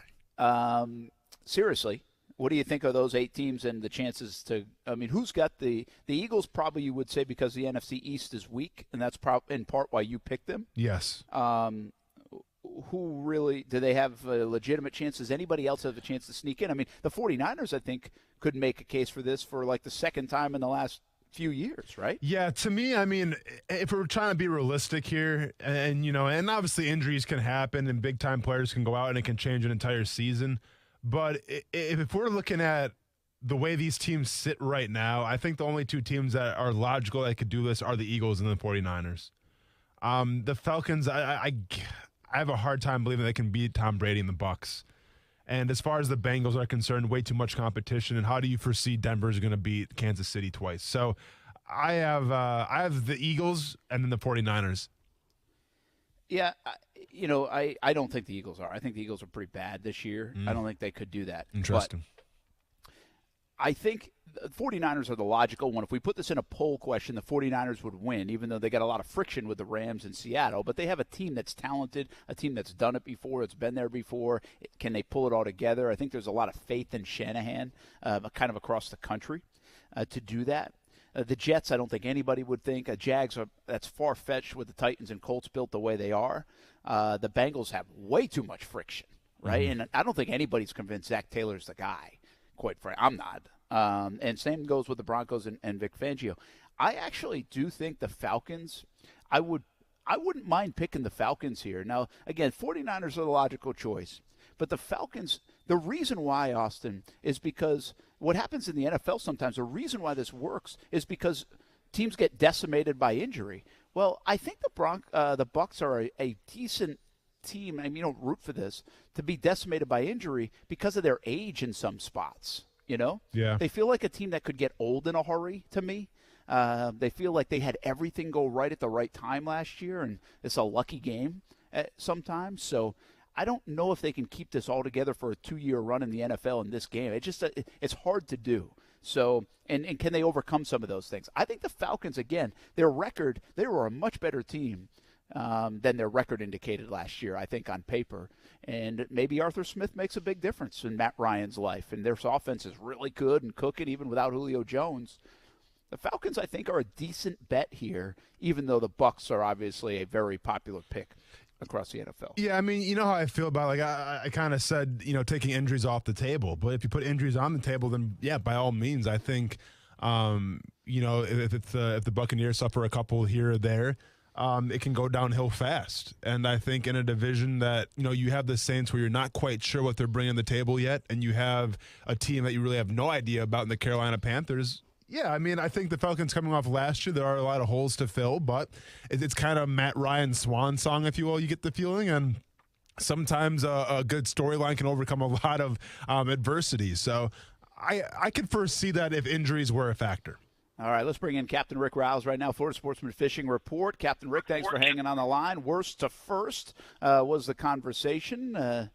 You got a candidate you like? The Eagles, the Falcons, the Lions, the Niners, the Jags, the Jets, the Bengals, the Broncos. Who would you take? Man, I would have to. I'm with you. I'd have to go 49ers, even though my heart really wants to go Jaguars. Everything would have to fall perfectly, but stranger things have happened. No doubt. How was the water today? You know what? It wasn't bad. It was a little sloppier than what we would have liked, and most of the boats did not make it offshore today.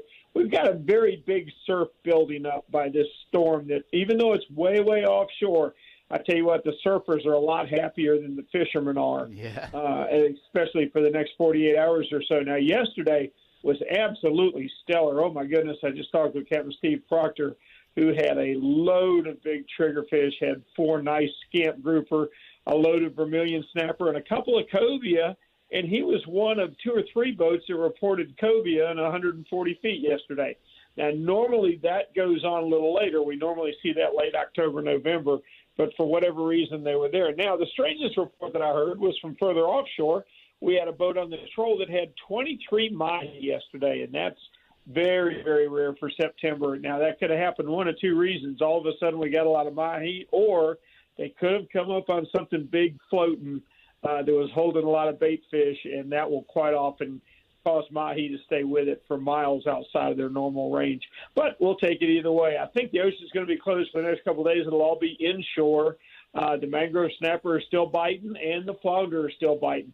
Trout seem to be getting better. The best time to do trout right now is at night under the dock lights, and there seems to be plenty of them. But we'll be back to give you a more up-to-date report on that tomorrow with another fishing report brought to you by Workman's Quick Fix Plumbing. All right. Thanks, Captain Rick. Appreciate it. Florida Sportsman Fishing Report each and every day on Action Sports Shacks on ESPN 690. Catch the show 7 a.m. Saturday mornings.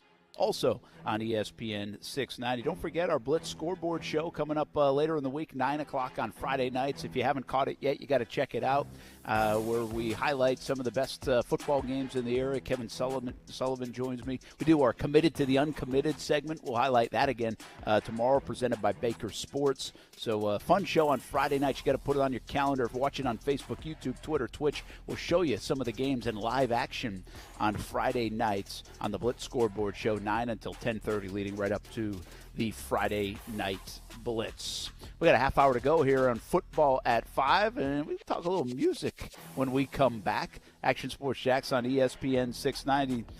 We got to pick a Saliva song to get Austin Lane to the cage in an MMA fight. Where you going? Any suggestions? It's on the way on ESPN 690.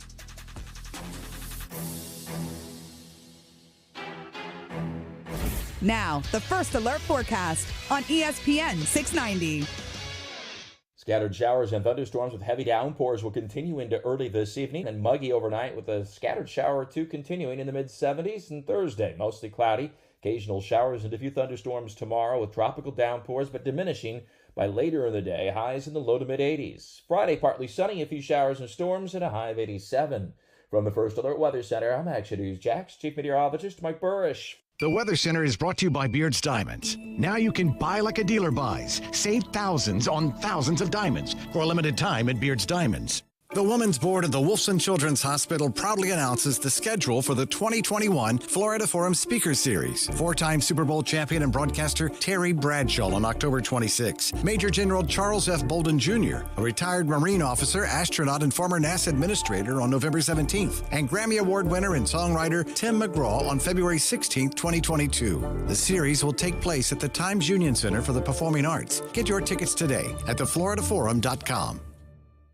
Happy football season. Oh, it's so good to have it back. What do you say we get a pint? You can do that at Culhane's Irish Pub all football season at Atlantic Beach in the South Side. 2 locations. TVs to watch your favorite teams like the Georgia Bulldogs. Fish and chips, shepherd's pie. Plenty of food and drink while you watch football. Go today for lunch or dinner. Eat in, order out. Culhane'sIrishPub.com and try the new Five Sisters vodka at happy hour. 2 locations, Atlantic Beach and South Side. Culhane's Irish Pub. Irish sass with 5-star class. If you live in the Southeast, you know that air conditioning is king. And as the population grows, so does the need for more AC units, which means that there's more demand for technicians. And guess what? The HVAC industry is growing 13% faster than your average job, according to the 2018 Bureau of Labor Statistics. And on top of that, the average pay is over $22 an hour. And this is where JTech comes in. When you attend the HVAC-R program at JTech, you'll get the hands-on training that is focused on understanding the different types of HVAC systems, logical diagnostic procedures, effective repair methods, and so much more. And by the end of the program, you're going to be trained on all the necessary areas that employees are looking for so you can be their first-round pick as a technician or an installer. To learn more about JTech, visit jtech.org or call them at 904-483-9460. Ask for Hank to set up an appointment to tour the campus or get your questions answered. That's 904-483-9460 or visit jtech.org. For the ones who are always in the know. Delivery confirmed. For the ones who keep things running. For the innovators and the problem solvers. Grainger offers supplies and solutions for every industry, experienced staff at local branches, and free access to experts to help answer your toughest questions. So whatever challenge you face, we have the knowledge and products to help. Call, click Grainger.com, or just stop by. Grainger, for the ones who get it done. Do you have a passion for sales? Are you known for building strong relationships? Do you love to compete and win? CMG Jacksonville is searching for a talented individual to join our family as a media consultant. This position will require a committed person who will forge great relationships with Jacksonville's business leaders and develop profitable campaigns for advertisers. If your talents are a match, email your resume to jaxjobs@cmg.com. That's JAXJOBS@cmg.com or call 245-8732. The Center for Health and Sports Medicine delivers an individualized 360-degree approach to your health, providing a whole-person approach to primary care and sports medicine. With primary care and sports medicine physicians, mental health counselors, the sports performance lab, and 24/7 on-site state-of-the-art wellness center, all under one roof, they'll work to maximize your health by creating a foundational focus on physical, mental, spiritual, and emotional well-being. The MD VIP program provides even more benefits like appointment guarantees and after-hour care. Learn more at jacksfamilysportsmed.com. Got a business trip, long weekend, or maybe you just really want to try that new Toyota before you buy it? Then get it all when you rent a Toyota from Arlington Toyota. With easy online reservations and rental rates as low as $19.95 a day, there's nothing stopping you from hitting the open road in a new 2021 Toyota. So rent a Toyota from Arlington Toyota. Try it before you buy it and reserve your rental online at arlingtontoyota.com today. Hey, frequent heartburn may keep you from running your A game, but it doesn't have to anymore. Join the Prilosec OTC 2-week challenge. Just go to prilosecotc.com. You'll get $3 off to get you started, plus 14 days of tips, tricks, and reminders.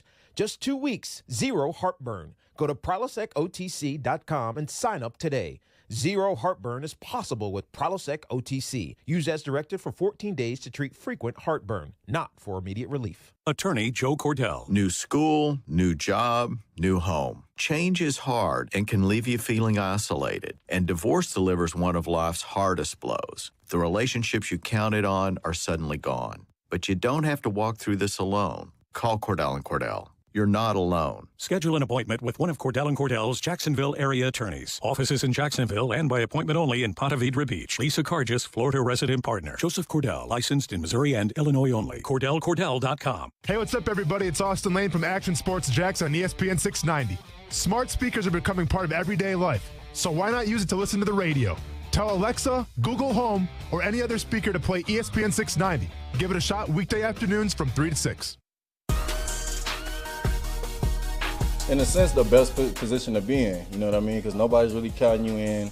People aren't really looking in your direction. Everybody's looking at, the typical guys, the Chiefs, the Bucks, Pittsburgh, everybody. So as long as we kind of stay in our lane, keep building what we got, we have great talent, we have the pieces. We're getting that gel together so that way everybody trusts everybody knows what each other can do, and then we just kind of go from there. So it's really a great position to be in.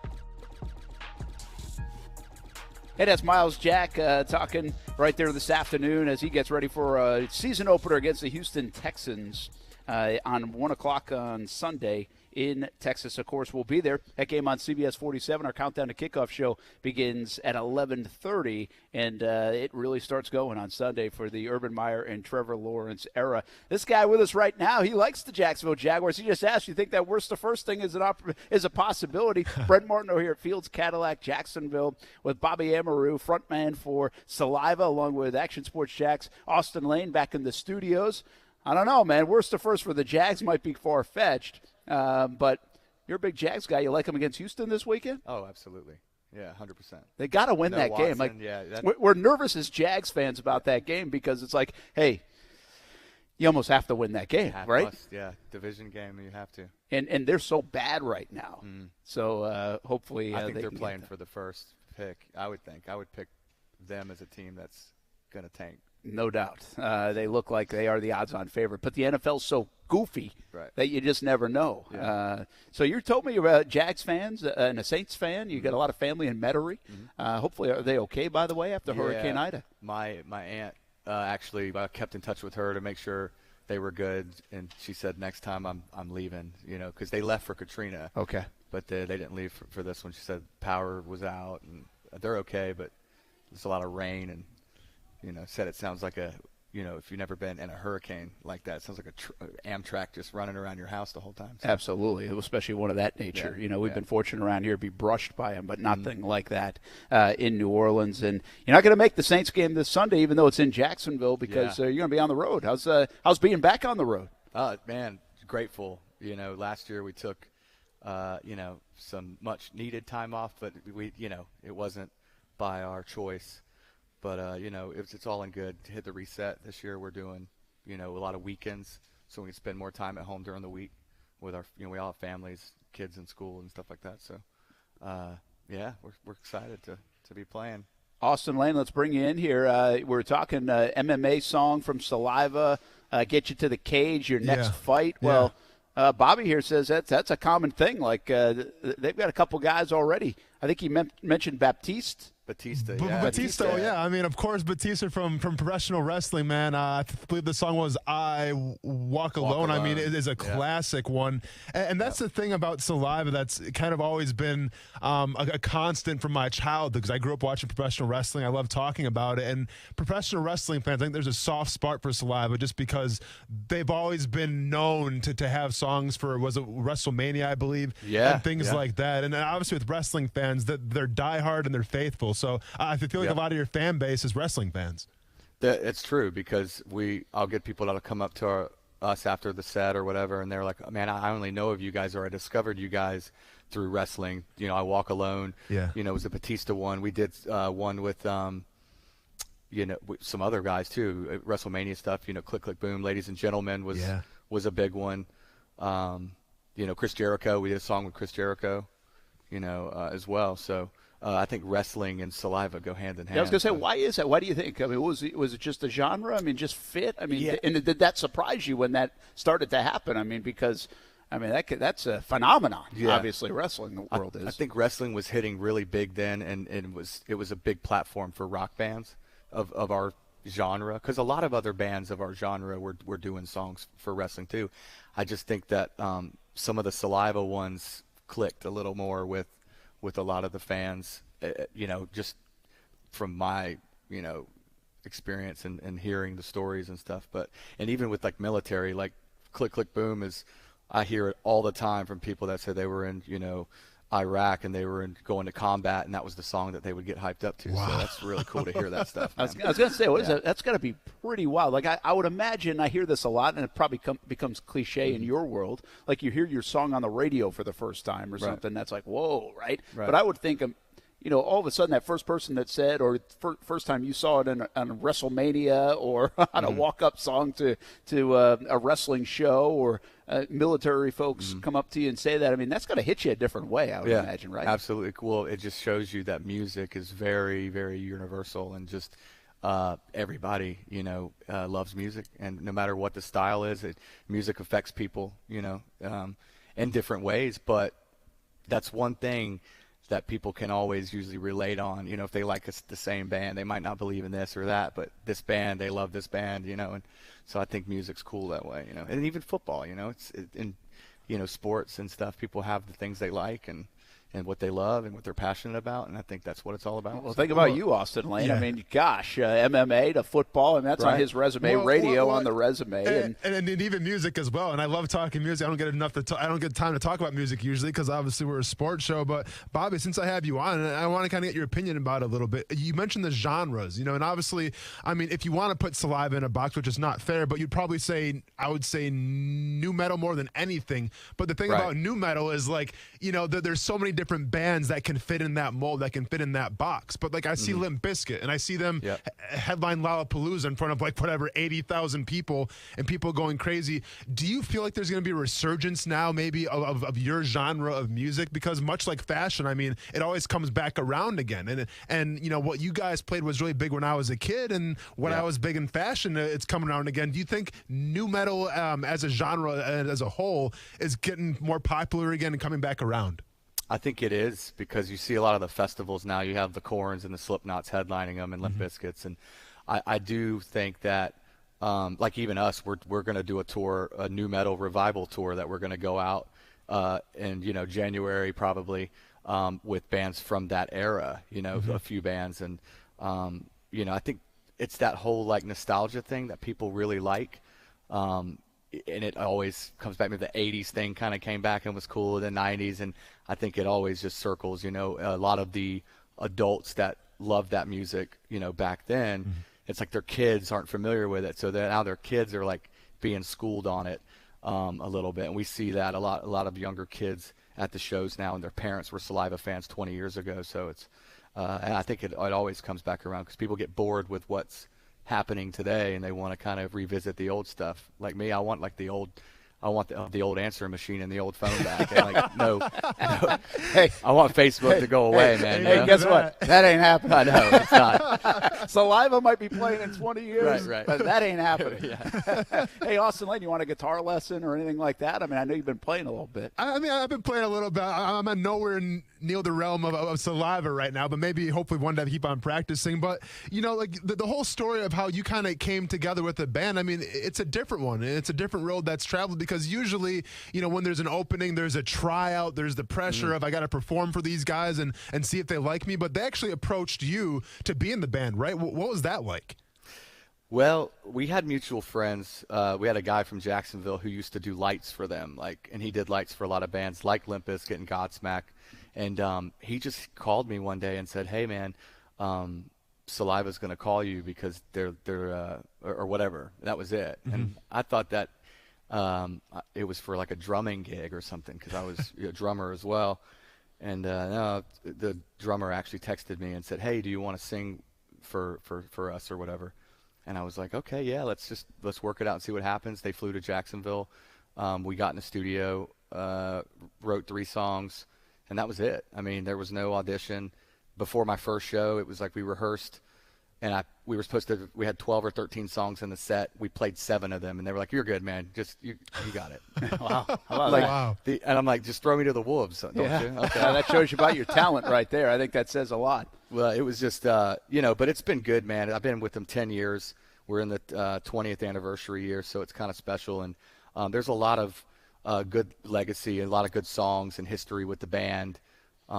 But we're just keeping the train going, man. So it's good. And when you talk about the band, like you said, there's a lot of history before you even got there. And then when you get there and being an artist yourself, I mean, how much of it is, all right, well, we got to stick to what they're known for, and how much of it is like you want to bring your own influence and your own things to the band and have your own style?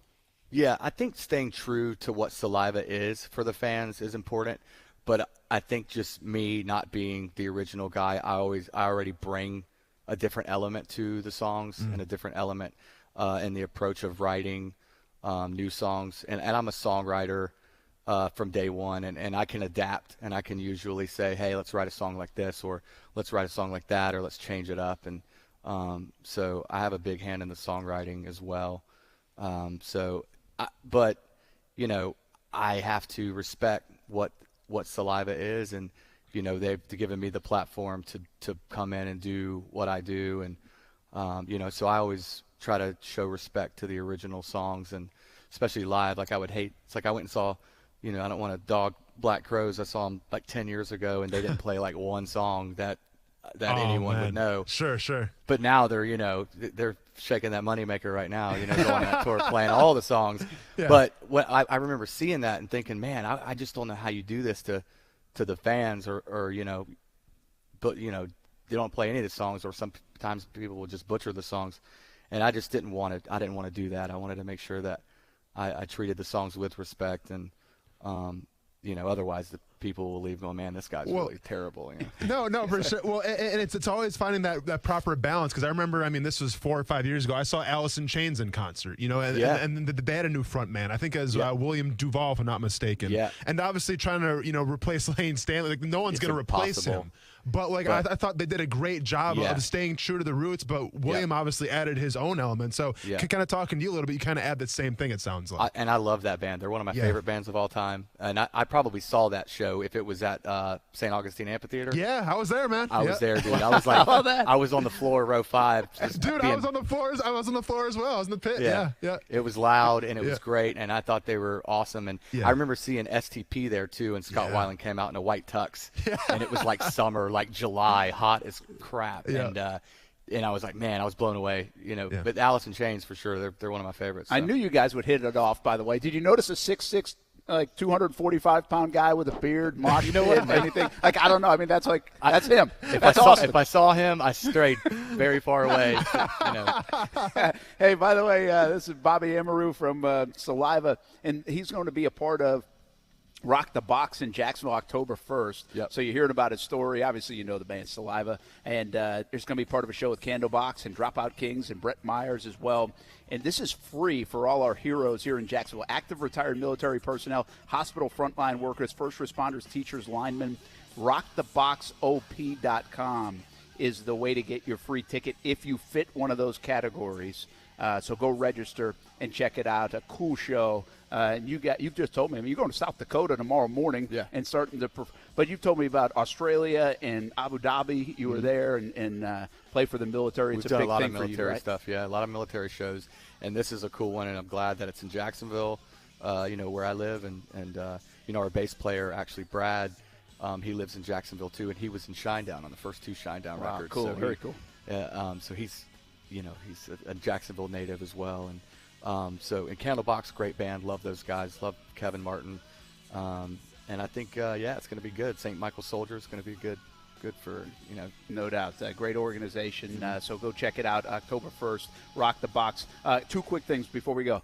A favorite local dive here that you played growing up or whatever that you love, that you always love to go back to? And I've got to go Jackrabbits. I played Jackrabbits like 22 years ago when the stage was like you walked in, it was to the left, and before they tore the wall down and everything. I would say, or Fat Cat Music Hall, if anyone remembers that on the west side. That was a cool spot. I bet they all do. And by the way, sleeve game really good right now, Austin Lane, for Bobby here. I bet, including a Jacksonville Jaguar tattoo. Yeah. Okay. So I got my horror sleeve. I actually did get this at the start of the 2017 season, and then we went and kicked major butt. Yeah.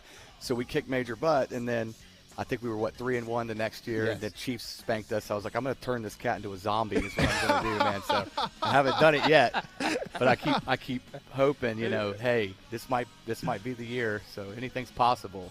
So I'm hoping. Hey, man, that was a lot of fun. Check in with us anytime. Love to have you on. We'll see you October 1st out there, of course, at the Thrasher Horn Center. Absolutely. Thanks. Good luck on the road. Have fun with bud. it.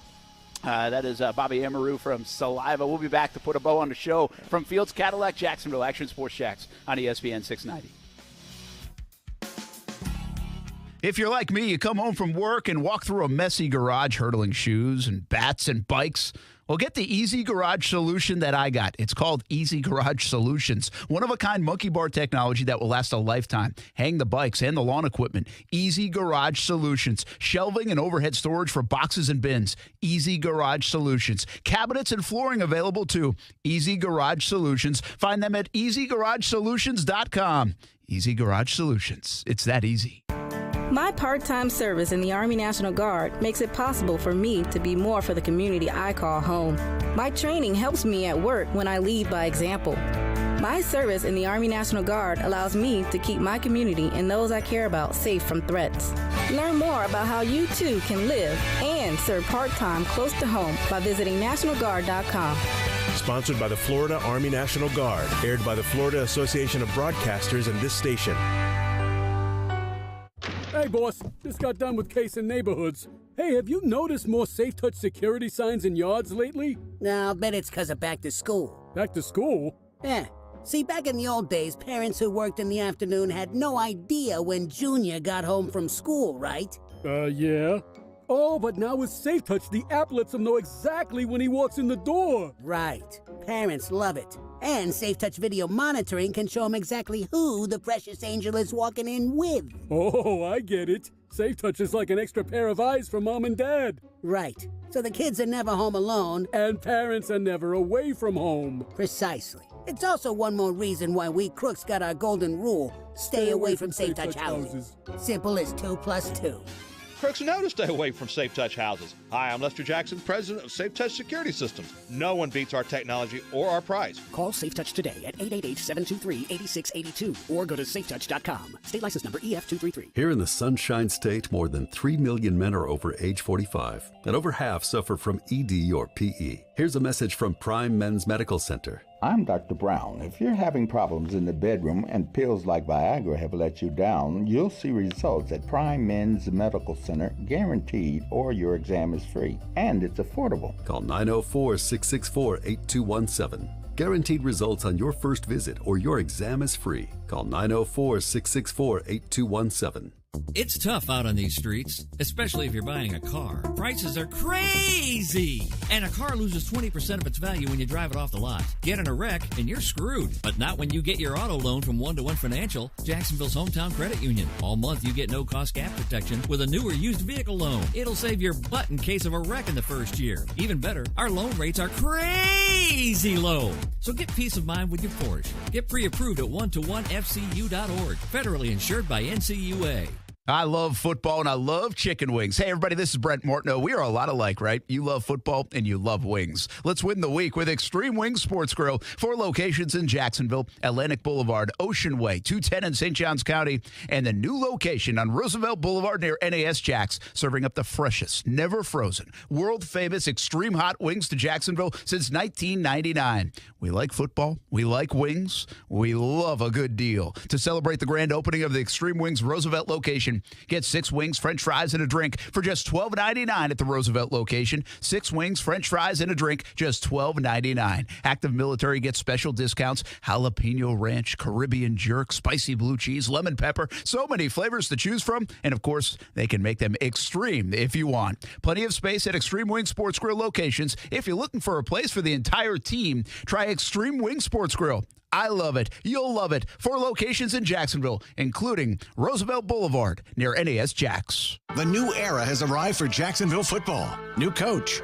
new superstars, and a new reason for optimism. One consistent is Tailgaters Parking will be delivering the very best tailgating experience anywhere at the bank. Come see for yourself. Tailgaters doesn't just talk a big game, they deliver. Tailgaters is right across the street from TIAA Bank Field. Have clean, permanent restrooms, great food options, a full liquor bar, and parking spots on a well-kept grass lot. Check out Tailgaters Parking at tailgatersparking.com to reserve your spot now. Do you have an idea for an invention, but you don't know what to do next? Call InventHelp. They've been helping inventors for 35 years. InventHelp has helped over 10,000 inventors get patents. You can meet with an InventHelp representative who will keep your idea confidential and explain their invention process step by step. And InventHelp's databank includes over 9,000 companies who have agreed to review new ideas. Call 800-217-4380. That's 1-800-217-4380. For the ones who know safety isn't a catchphrase, it's a culture. And the ones who help make sure everyone makes it home safe. For the safety-minded who watch everyone's backs, Grainger offers supplies and solutions for every industry, as well as safety assessments and training to keep your facilities safe and your people safer. Call, click Grainger.com, or just stop by. Grainger, for the ones who get it done. Are you a recent high school graduate who hasn't made up their mind about what they want to do for their career? Or possibly you're already working, but you're stuck in a dead-end job? If so, then I'm here to tell you about JTech. JTech is a local school that offers hands-on essential career training. Have you heard about the massive increase in online ordering since the pandemic started? That means that more people are needed who can service diesel trucks. Diesel technology is an important part of the transportation industry, and qualified diesel technicians play a huge role in keeping that industry moving. At JTech, they're helping to meet the demand for skilled diesel technicians by offering a 91 credit hour ASE-based diesel technology program. This program is going to help you give you the hands-on skills and confidence needed to launch a successful career in diesel technology. To learn more about JTech, visit jtech.org or call them at 904-483-9460. Ask for Hank to set up an appointment to tour the campus or get your questions answered. That's 904-483-9460 or visit jtech.org. Hey, welcome back, Fields Cadillac, Jacksonville. That was a lot of fun with Bobby Emery from Saliva. Nice work. Way to carry the segment, Austin Lane. Oh, no, man, you were good. You asked more questions than I did. You were fine. That was good you stuff. Were fine. I want to have him check in from the road. I like the idea of it. Oh, all for right, sure. Hey, I don't know if you can see behind me, but we got a sure shot, you know, the Papa shot type thing you see in the arcade? I see it, yes. We're like running out of time, but do you think I make this shot or no? No. No. Any hoop or one hoop? The right hoop. The right side, please. Oh, the right side. Can we see that, Casey, in the video? Oh, yeah. Yeah, we got it. We're all good. In it. We're in it. All right, I'm a little concerned about this wire. But pressure that's already. All right. Pressure, excuses. Here we go. Excuses Are you with playing the wire? us out of here? We want to build the drama, Casey. Do we have to go? We got to go. Play some Saliva in his headphones. Right. Really distract him. Missed it. Too much. Oh, it's Too a delay. much. Oh, Hurry, grab another ball. Grab another ball. Quickly. I haven't watched it yet. Take the headset off. Go, go, go. Oh, it's not such a delay here. Oh, hey. Oh, he almost made the second one. I'm like Giannis from the free throw line. Easy it's now. like Giannis Hey, from the free throw line. Yeah, you're line. like NBA champion Giannis number one. Number Don't two, worry, I'm MVP don't break anyway. that backboard 0 for 3. He's 0 for 3 right now.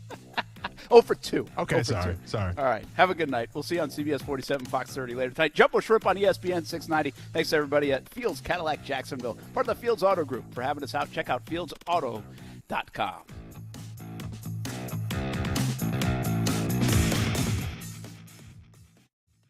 It's a new approach to healthcare. The Center for Health and Sports Medicine is built on the pillars of health: physical, mental,